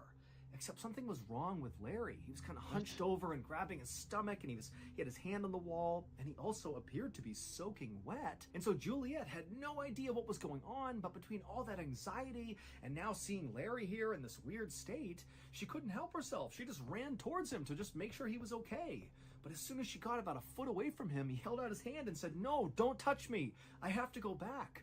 And what he said was so disorienting that Juliet just stopped and stared at her husband like, what is this? And that's when she made the startling realization that Larry was not soaking wet with water. He was soaking wet with blood, and he was clutching his stomach like something was bleeding in his midsection. And the reason he had sounded so quiet when he had called out to her and woken her up was because he was clearly hurt. And so Juliet has no clue what's going on. Like, her husband was supposed to be 7 hours away on this fishing trip, and so how is he here? It didn't make any sense. And so really not knowing what else to do, Juliet just said, I'm gonna call the doctor. And so she ran past Larry, headed to the kitchen, and she was about to grab the phone on the wall, but before she could grab it, the phone began to ring. And so Juliet just answered it and said, hello, hello? And what she heard was the sound of a sheriff in Ely, Nevada. And he said, excuse me, is this Mrs. Exline, Juliet Exline? And she said, yes, what's going on? What's happened? And the sheriff said, ma'am, I'm sorry to tell you this, but I have some terrible news. Your husband got into a car accident, and unfortunately, he has passed away. Oh. And now the second the sheriff said this to Juliet, she just froze and goes, no, that's not possible. He's here with me right now. And Juliet turned around and looked into the hallway where Larry had been standing, and now Larry was gone. Larry really had died in that car accident because Juliet would bury her husband that week. But Juliet maintained that clearly after her husband had died, his spirit had somehow survived the accident, because when she saw her husband standing in the hallway, hunched over and covered in blood, it was at 10:15 p.m. She remembers because when she woke up, she saw the time. It was 10:15. And her husband had died at exactly 10:15 p.m., the exact moment she saw him in the hallway. Juliet would ultimately write an account of what she experienced with her husband. However, from that day forward, she never once saw her husband again. That was the only time. Holy crap. That's gnarly. At 12:30 p.m. on March 7th, 2015, a police officer named Tyler Beddoes, along with his partner, were driving in his police cruiser near the Spanish Fork River in Utah when suddenly a police dispatcher came on over the radio. And this dispatcher was speaking very urgently and said, hey, a fisherman has just called in to say that he spotted what looks like an upturned SUV partially submerged in the Spanish Fork River right underneath the bridge. And whoever is closest to this bridge, get over there and see if there's anybody inside the vehicle that can be saved. And so Officer Beddoes and his partner, they knew they were very near this bridge. And so immediately they banged a U-turn, they drove to the bridge, but from the road they looked down and couldn't see any SUV. But they saw there were some firefighters and paramedics that were also converging at the spot on the road, and everybody's getting out and running down to the riverbank.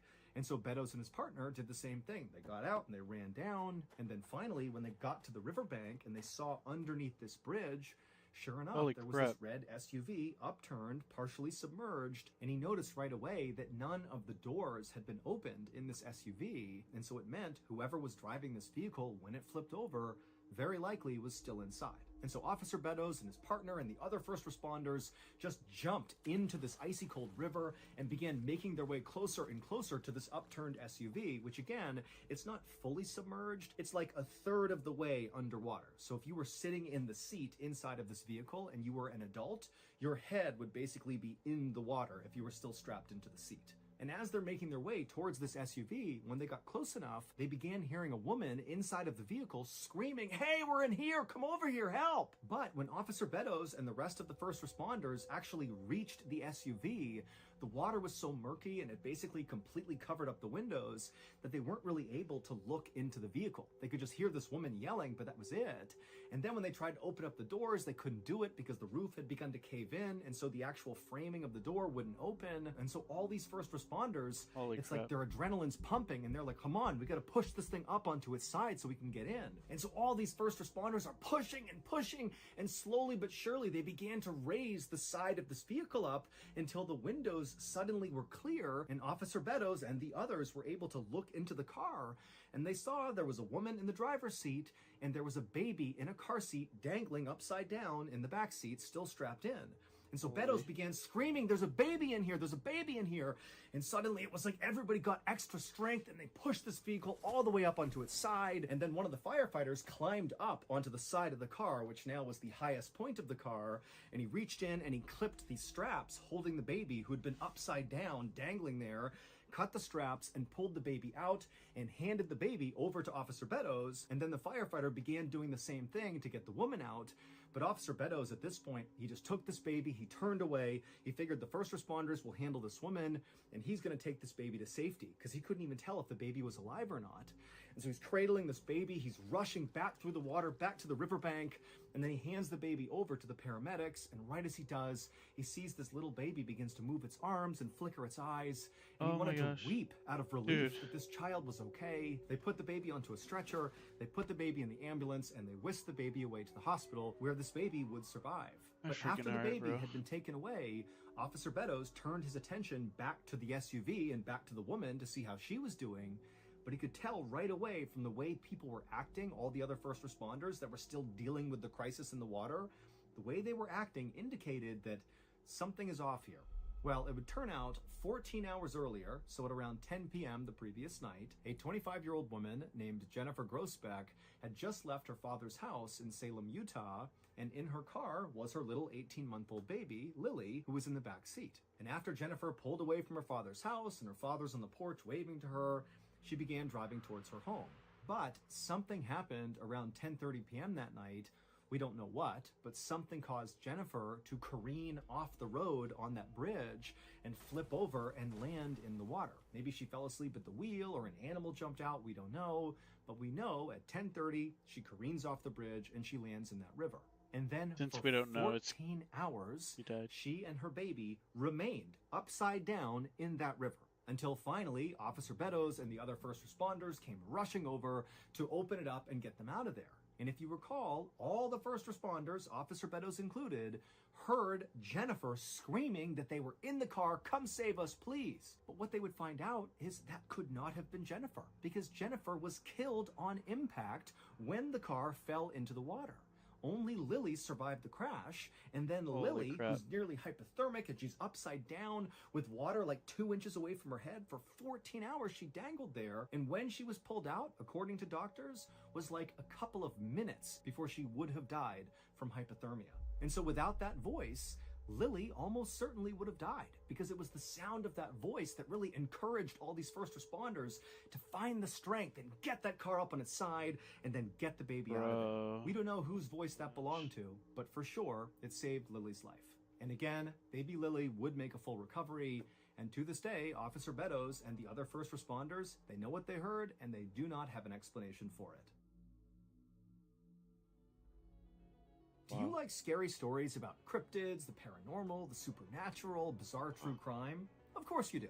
Well, I have a podcast for you to check out. It's called Bedtime Stories, and it's a weekly podcast from our studio, Ballin Studios, that I know you will love if you're a fan of the strange, dark, and mysterious. With every episode of Bedtime Stories, I feel totally creeped out by the end. They're just so good at building Perfect the for suspense bed. and just making it feel really unsettling. You may have heard of Bedtime Stories because they So actually funny. have an amazing YouTube channel that I've been a subscriber to for years. They're literally my favorite YouTube channel, not a lie. That's the one I go to. That's my favorite channel. But now they're available in podcast form as well. And if you stick around till the end of this YouTube video, I will play you a clip from one of their newest podcast episodes so you can get a feel for what it's going to be like.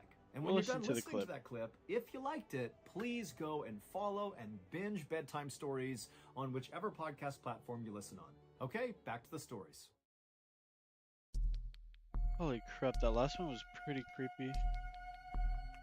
At around 9 p.m. on October 26, 2009, a 19-year-old college student named Miyako Hiroka bagged up the last bit of trash inside of the ice cream parlor where she worked, and she dumped it into a bag and she tied that bag up. It was closing time, and so Miyako looked around the inside of the parlor, made sure everything was where it was supposed to be, and then she flipped off the lights, threw her purse over her shoulder, she grabbed that bag of trash, she headed outside the parlor, she shut and locked the door, she dumped the trash in a nearby bin, and then began walking towards the exit of the mall, which is where this parlor was located. It was inside of this big mall. Miyako went to school in a city called Hamada City, which is located on the coast of Japan in an area called the Shimane Prefecture. And Hamada City was a totally beautiful and very remote location with these amazing beaches and unbelievable mountains with all these ski resorts on it. I mean, this was an incredible place to live. But as much as Miyako did love living there, she was actually far more excited about where she'd be living the next year because she was doing an exchange program. She'd be studying in Russia, and that was so exciting for her. And in fact, this exchange program was the reason why Miyako had picked up this job at this ice cream parlor, because she came from a family that was not poor by any means, but they didn't have a lot of extra income, and Miyako felt strongly that she really wanted to pay her way to go do this big Russian exchange program because it wasn't cheap. And so she was picking up as many shifts as she could to save up money to pay her way. And so Miyako eventually reached the exit of this mall, and she stepped outside into the night, and then she had a decision she needed to make, and she needed to make this decision every night after work. There were two ways that she could get back to her dorm, which was located about a mile away.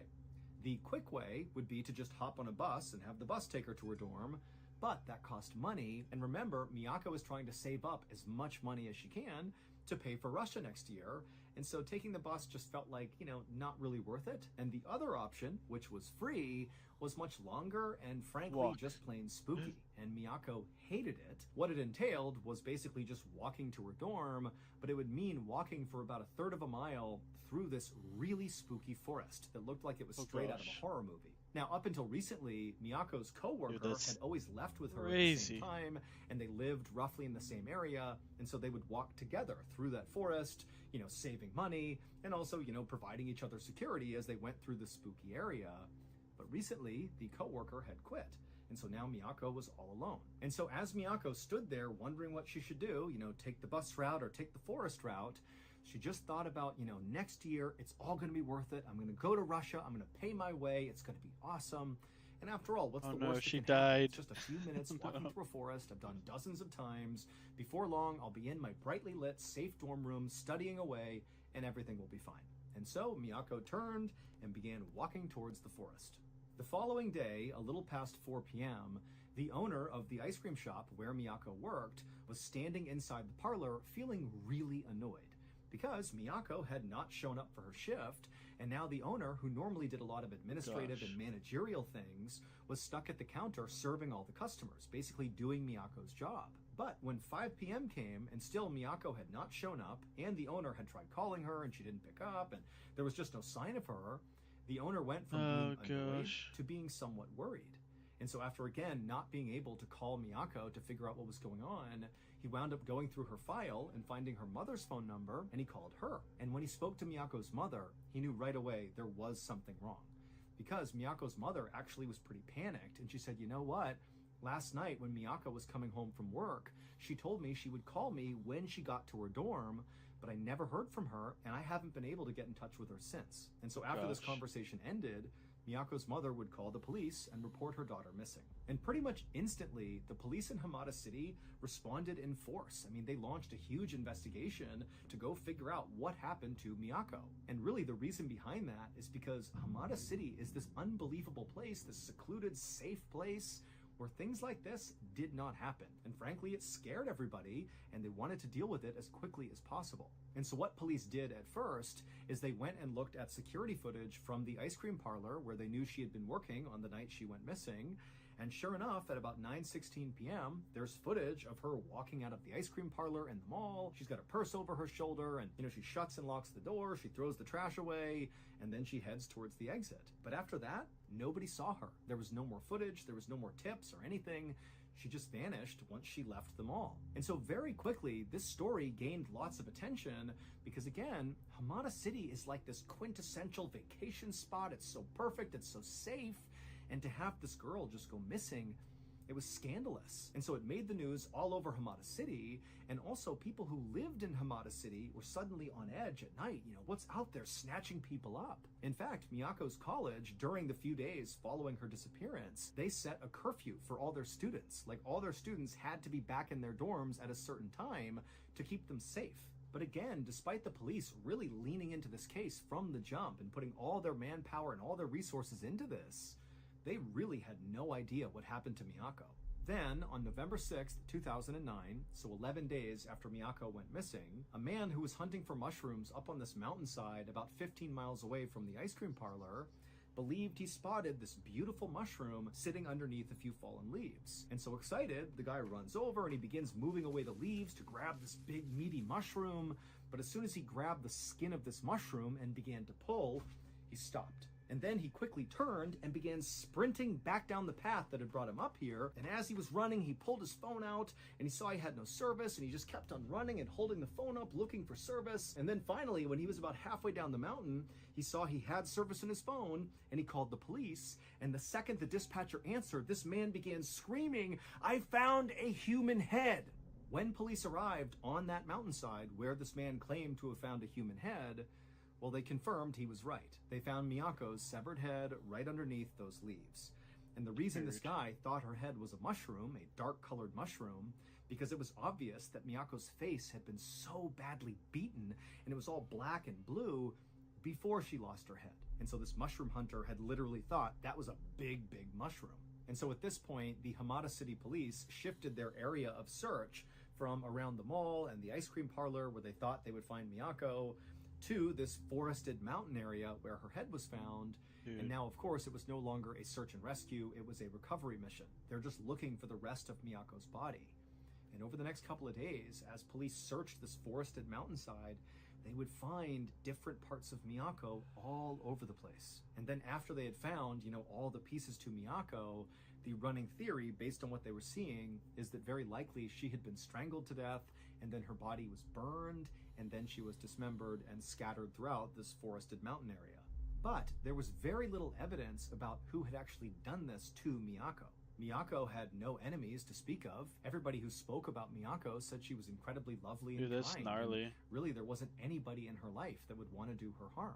And also, because Miyako's body had been destroyed and left out for so long, any trace evidence left behind by her killer or killers was basically non-existent. And so the police really had no leads to speak of. They had no suspects or anything. And so they called in psychologists to try to make, a profile of who they thought might have done this. And the best theory anyone could come up with was that this had been a random crime of opportunity, that the person who killed her didn't know her, and that likely her killer was a man who was likely between the ages of 20 and 40. But even that information really didn't narrow anything down, and so quickly, this case began to go cold. But as the police investigation itself began to go cold, the kind of lore around this story was only growing. I mean, this really seemed like a totally unbelievable case, considering where it happened. I mean, Hamada City is like this perfect place. How could this happen here? And so what started as being kind of a local news story, albeit a big local news story, became a major national story all over Japan. And so all these TV outlets and journalists were descending on Hamada City, and they were taking video of the ice cream parlor and of the police department and filming, you know, Miyako's dorm and the her ice cream school and truck her parents' killer. house. I mean, there were people What all show's over that the from? place trying to get any bit of information to report on about this case. And despite there being dozens and dozens of these live reports basically every day coming out of Hamada City about this case and about Miyako, there was one particular news report that took this case from being, you know, totally unfortunate and sad and tragic and horrible to completely unbelievable and bizarre. Shortly after Miyako's remains had basically all been found, but they were still doing some recovery operations up on that mountainside, one of these kind of random TV reporters who was in Hamada City to report on this crazy case decided to set up their TV camera so it was pointing towards the dark entrance of that spooky forest that Miyako would walk through to get back to her dorm. And so this TV news reporter's got their microphone and, you know, they're standing with the forest entrance right behind them, and the cameraman's filming, you know, looking towards this opening of the forest. And the actual report was pretty generic. I mean, this reporter was basically saying, well, coming at you live from Hamada City, just outside of the forest where perhaps Miyako was killed. And it was just like that. It was just kind of talking about the case, and there was nothing to it. At least not to the TV reporter and the cameraman who were on site. Because for them, the entire report was pretty routine. They did their job, they got their shot, they got their report, and then they left. What happened? They streamed it live. So while they were doing it, all these people are tuned in watching this news report live in front of this forest. And something really unsettling happened on this broadcast. While that news reporter was talking, another voice began to be heard by people watching this broadcast. And it was not the cameraman, and it was certainly not the TV journalist. It was a woman's voice. And there was no woman anywhere near the shot. And after the fact, the journalist and the cameraman would also attest that there was nobody around. It was just them. But this detached, very pained voice said very clearly, and all these people heard it live, "This is very painful. Why only me?" 広島県北広島町の我流山の林道の入り口です。今日の捜索は午後5時で終了し、私の後ろに張られていた規制線も現在は解かれています。 And so after this news report happened, this story, this case about Miyako, went from being just a Japanese story to being like an international sensation, because everybody believed when they saw this video that that voice that was heard was Miyako's ghost, basically talking on camera. That's why you can't see her. It's her spirit communicating with the living world. However, despite that drawing even more attention to this case, it didn't remotely help the police actually solve the case. They still had no idea who did this. And that's how this case would stay for years, just totally stalled. That is until 7 years later, when a police officer was conducting a routine police review of old criminal case files that hadn't been solved, you know, going through them all to see if maybe evidence had been missed, and maybe that was why the case had not been solved. And so this police officer is looking through all these case files, and when they landed on the Miyako case, they did discover a piece of evidence that had been totally overlooked. It was the file of a convicted sex offender named Yoshiharu Yano. Yoshiharu was a 33-year-old man who had served time in prison for assaults on 3 different women in Tokyo, which is 500 miles away from Yamada City, where Miyako was killed. And because of that 500-mile gap between Tokyo and Hamada City, Yoshiharu had been completely overlooked in terms of being a suspect in Miyako's murder. It just seemed like he was too far away to be involved. But the police officer who was doing that routine review, they discovered that right before Miyako was murdered, this Yoshiharu guy had been let out of prison and decided to live in Hamada City. And on the night Miyako was killed, when she decided to walk into that forest, Well, they found security footage of Yoshiharu's car driving along around that forest and up near that mountain where Miyako's remains were all discovered. And so this investigator who discovered this piece of information got permission from higher-ups to search Yoshiharu's home where he was living right then. And when they searched his home, they discovered a digital camera with 40 photos on it that would explain what happened to Miyako. It was very clear Yoshiharu had murdered Miyako because some of the pictures contain photos of Miyako and they are just horrible. But figuring out who Miyako's killer was not the end of this case. In fact, it wasn't even the most shocking part of this case. The most shocking part of this case is what happened to Miyako's killer, Yoshiharu, basically right after she was murdered, and that voice, that detached female voice, was heard on that TV news report. 7 years earlier, right around the time that Miyako's head had been found, and also after that voice had been heard on the TV newscast, some people who were driving in a car north of Hamada City began calling the police to report something very strange. They called the police and said, there is this small white Toyota Corolla car that has 2 people inside of it, and they've driven to the side of the road, and the driver is ramming over and over again against the railing. Like they're smashing into the railing, backing up, smashing over and over again, like the car is somehow in control. They don't understand how these people are not getting out of the car. Like, what are they doing? Traffic had stopped on either side. It was just totally nonsensical. And then by the time the police showed up, this car that was just repeatedly driving into the side of this guardrail, it burst into flames with the 2 people inside still clearly alive and looking terrified, and they caught on fire and died. Now, at the time, this did make the news. It looked very much like some sort of weird murder-suicide where the driver had intentionally, driven the car until it burst into flames and killed themselves and also their passenger. But it didn't really amount to more than just a really weird news story because there was no connection to the Miyako case. This is like a totally isolated thing. However, 7 years later, when that police officer discovered the link that Yoshiharu was in Hamada City, and then they figured out, yep, Yoshiharu was the killer, well, suddenly, that totally weird murder-suicide took on a whole new meaning, because the driver of that car was Yoshiharu, and the passenger was his mother. And again, from eyewitness testimony, it didn't really make sense the way this all happened. It was almost like the car was possessed or something, that, the passengers couldn't control it. Now, who knows if that's true, but when you combine it with the sound of that female voice on the TV news camera that everybody assumed was Miyako's ghost saying, this is so painful, why only me? Suddenly those words took on a new meaning. People thought, you know what it is?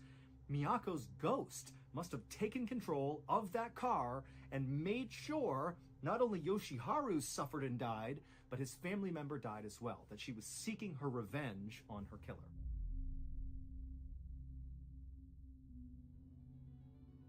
As promised, here is... So, for 7 years, the place that he was living was vacant? Because the police did not investigate his home until 7 years later, right? So the house just sat there vacant? That's a bit strange. Or is that normal? When people die, do they just leave the house there? Like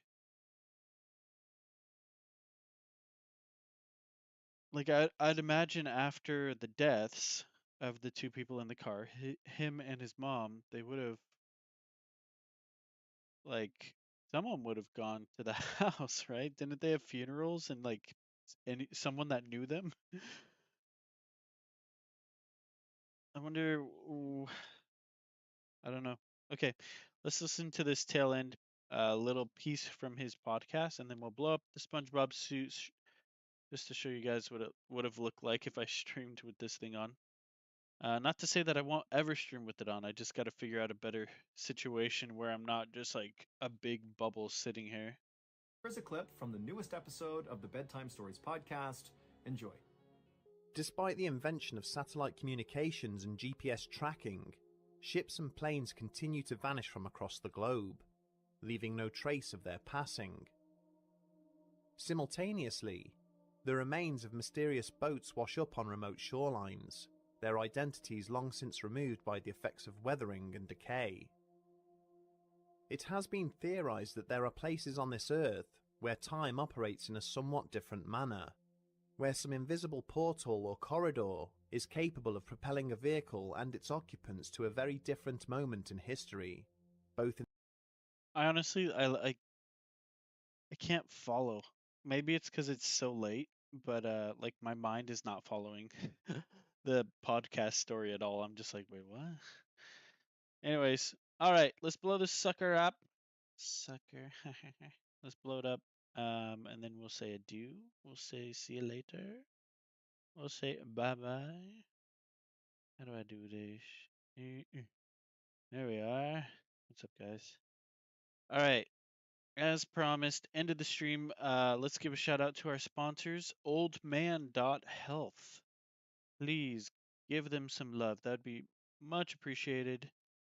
Old Man Health is a supplement company for older men or men becoming older. Always organic, free shipping, no sales tax, no fibbing. I've never tried the products, but the supplements are organic.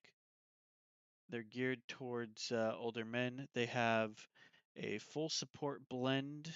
They have an immunity blend, a focus blend, and a balance blend. And it goes into details on what it does and what it's made out of when you open each product up. They also have skincare to help with dark spots and just like anti-aging, um,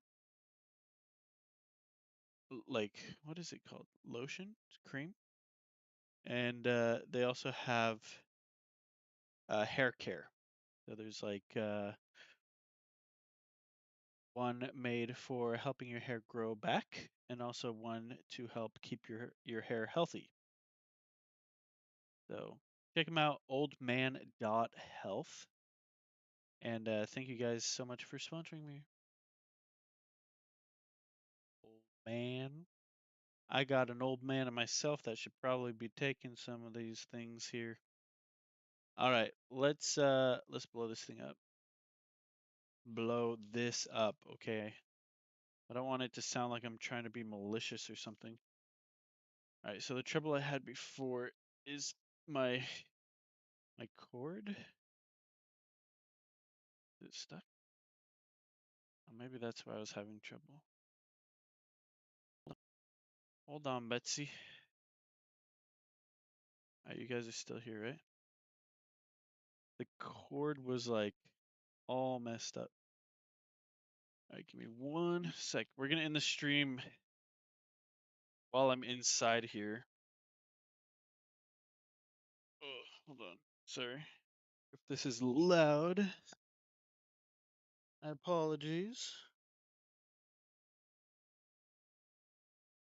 Where is the zipper?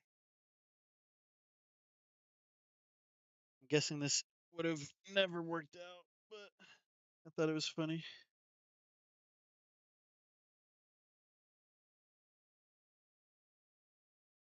See the cord coming in at the top. Bada bing, we're in. Turn it on.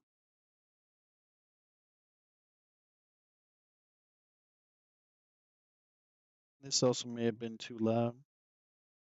I don't know. The mic's pretty good at getting rid of white noise, but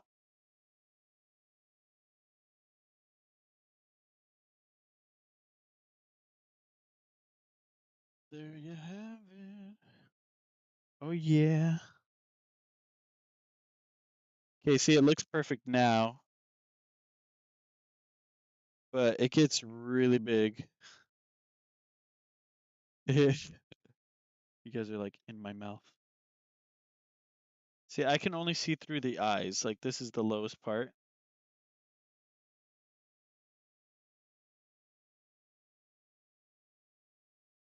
So when I turn to look at my computer, it's just too big. I can't, like,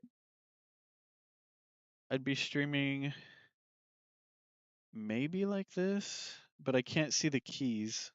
I can see the screen. I can see half the screen.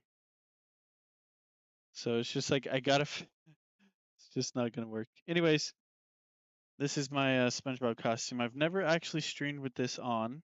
I've never You guys know what this is for. Anyways, um, I mean, why would you stream with this on, right? I've worn this one other time, maybe two other times.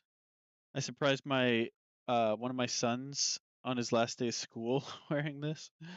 So anyways, hi guys, have a great one. I'll see you guys later. The expected next stream is tomorrow. And we're going to be watching updated news on Star Wars Outlaws, as well as a lot of the new games that have come out recently, or at least have released some trailers. A lot of people, not a lot of people, but I've been told I need to stream and I need to watch certain videos or certain trailers for new games. So we're going to do that. We're planning on doing that tomorrow. If it doesn't happen tomorrow, because you never know, sometimes I'm stuck with the babies till like 1 or 2 a.m. and it just doesn't make sense to start a stream at that time. But if it works out, I'll do that tomorrow, and I'll see you guys all there. And if it doesn't work out, I'll just do it the next day. So, anyways, thanks guys. Peace. What's up, bro? Yeah. I'll see you guys later. Bye bye. Yeah, I need to look. My face is like up. Do you see me? See my nose? I like have to push up against it. And now the thing's getting louder because it has to fill the air I just squeezed out. Okay. Where is the Okay, now it's time to say goodbye.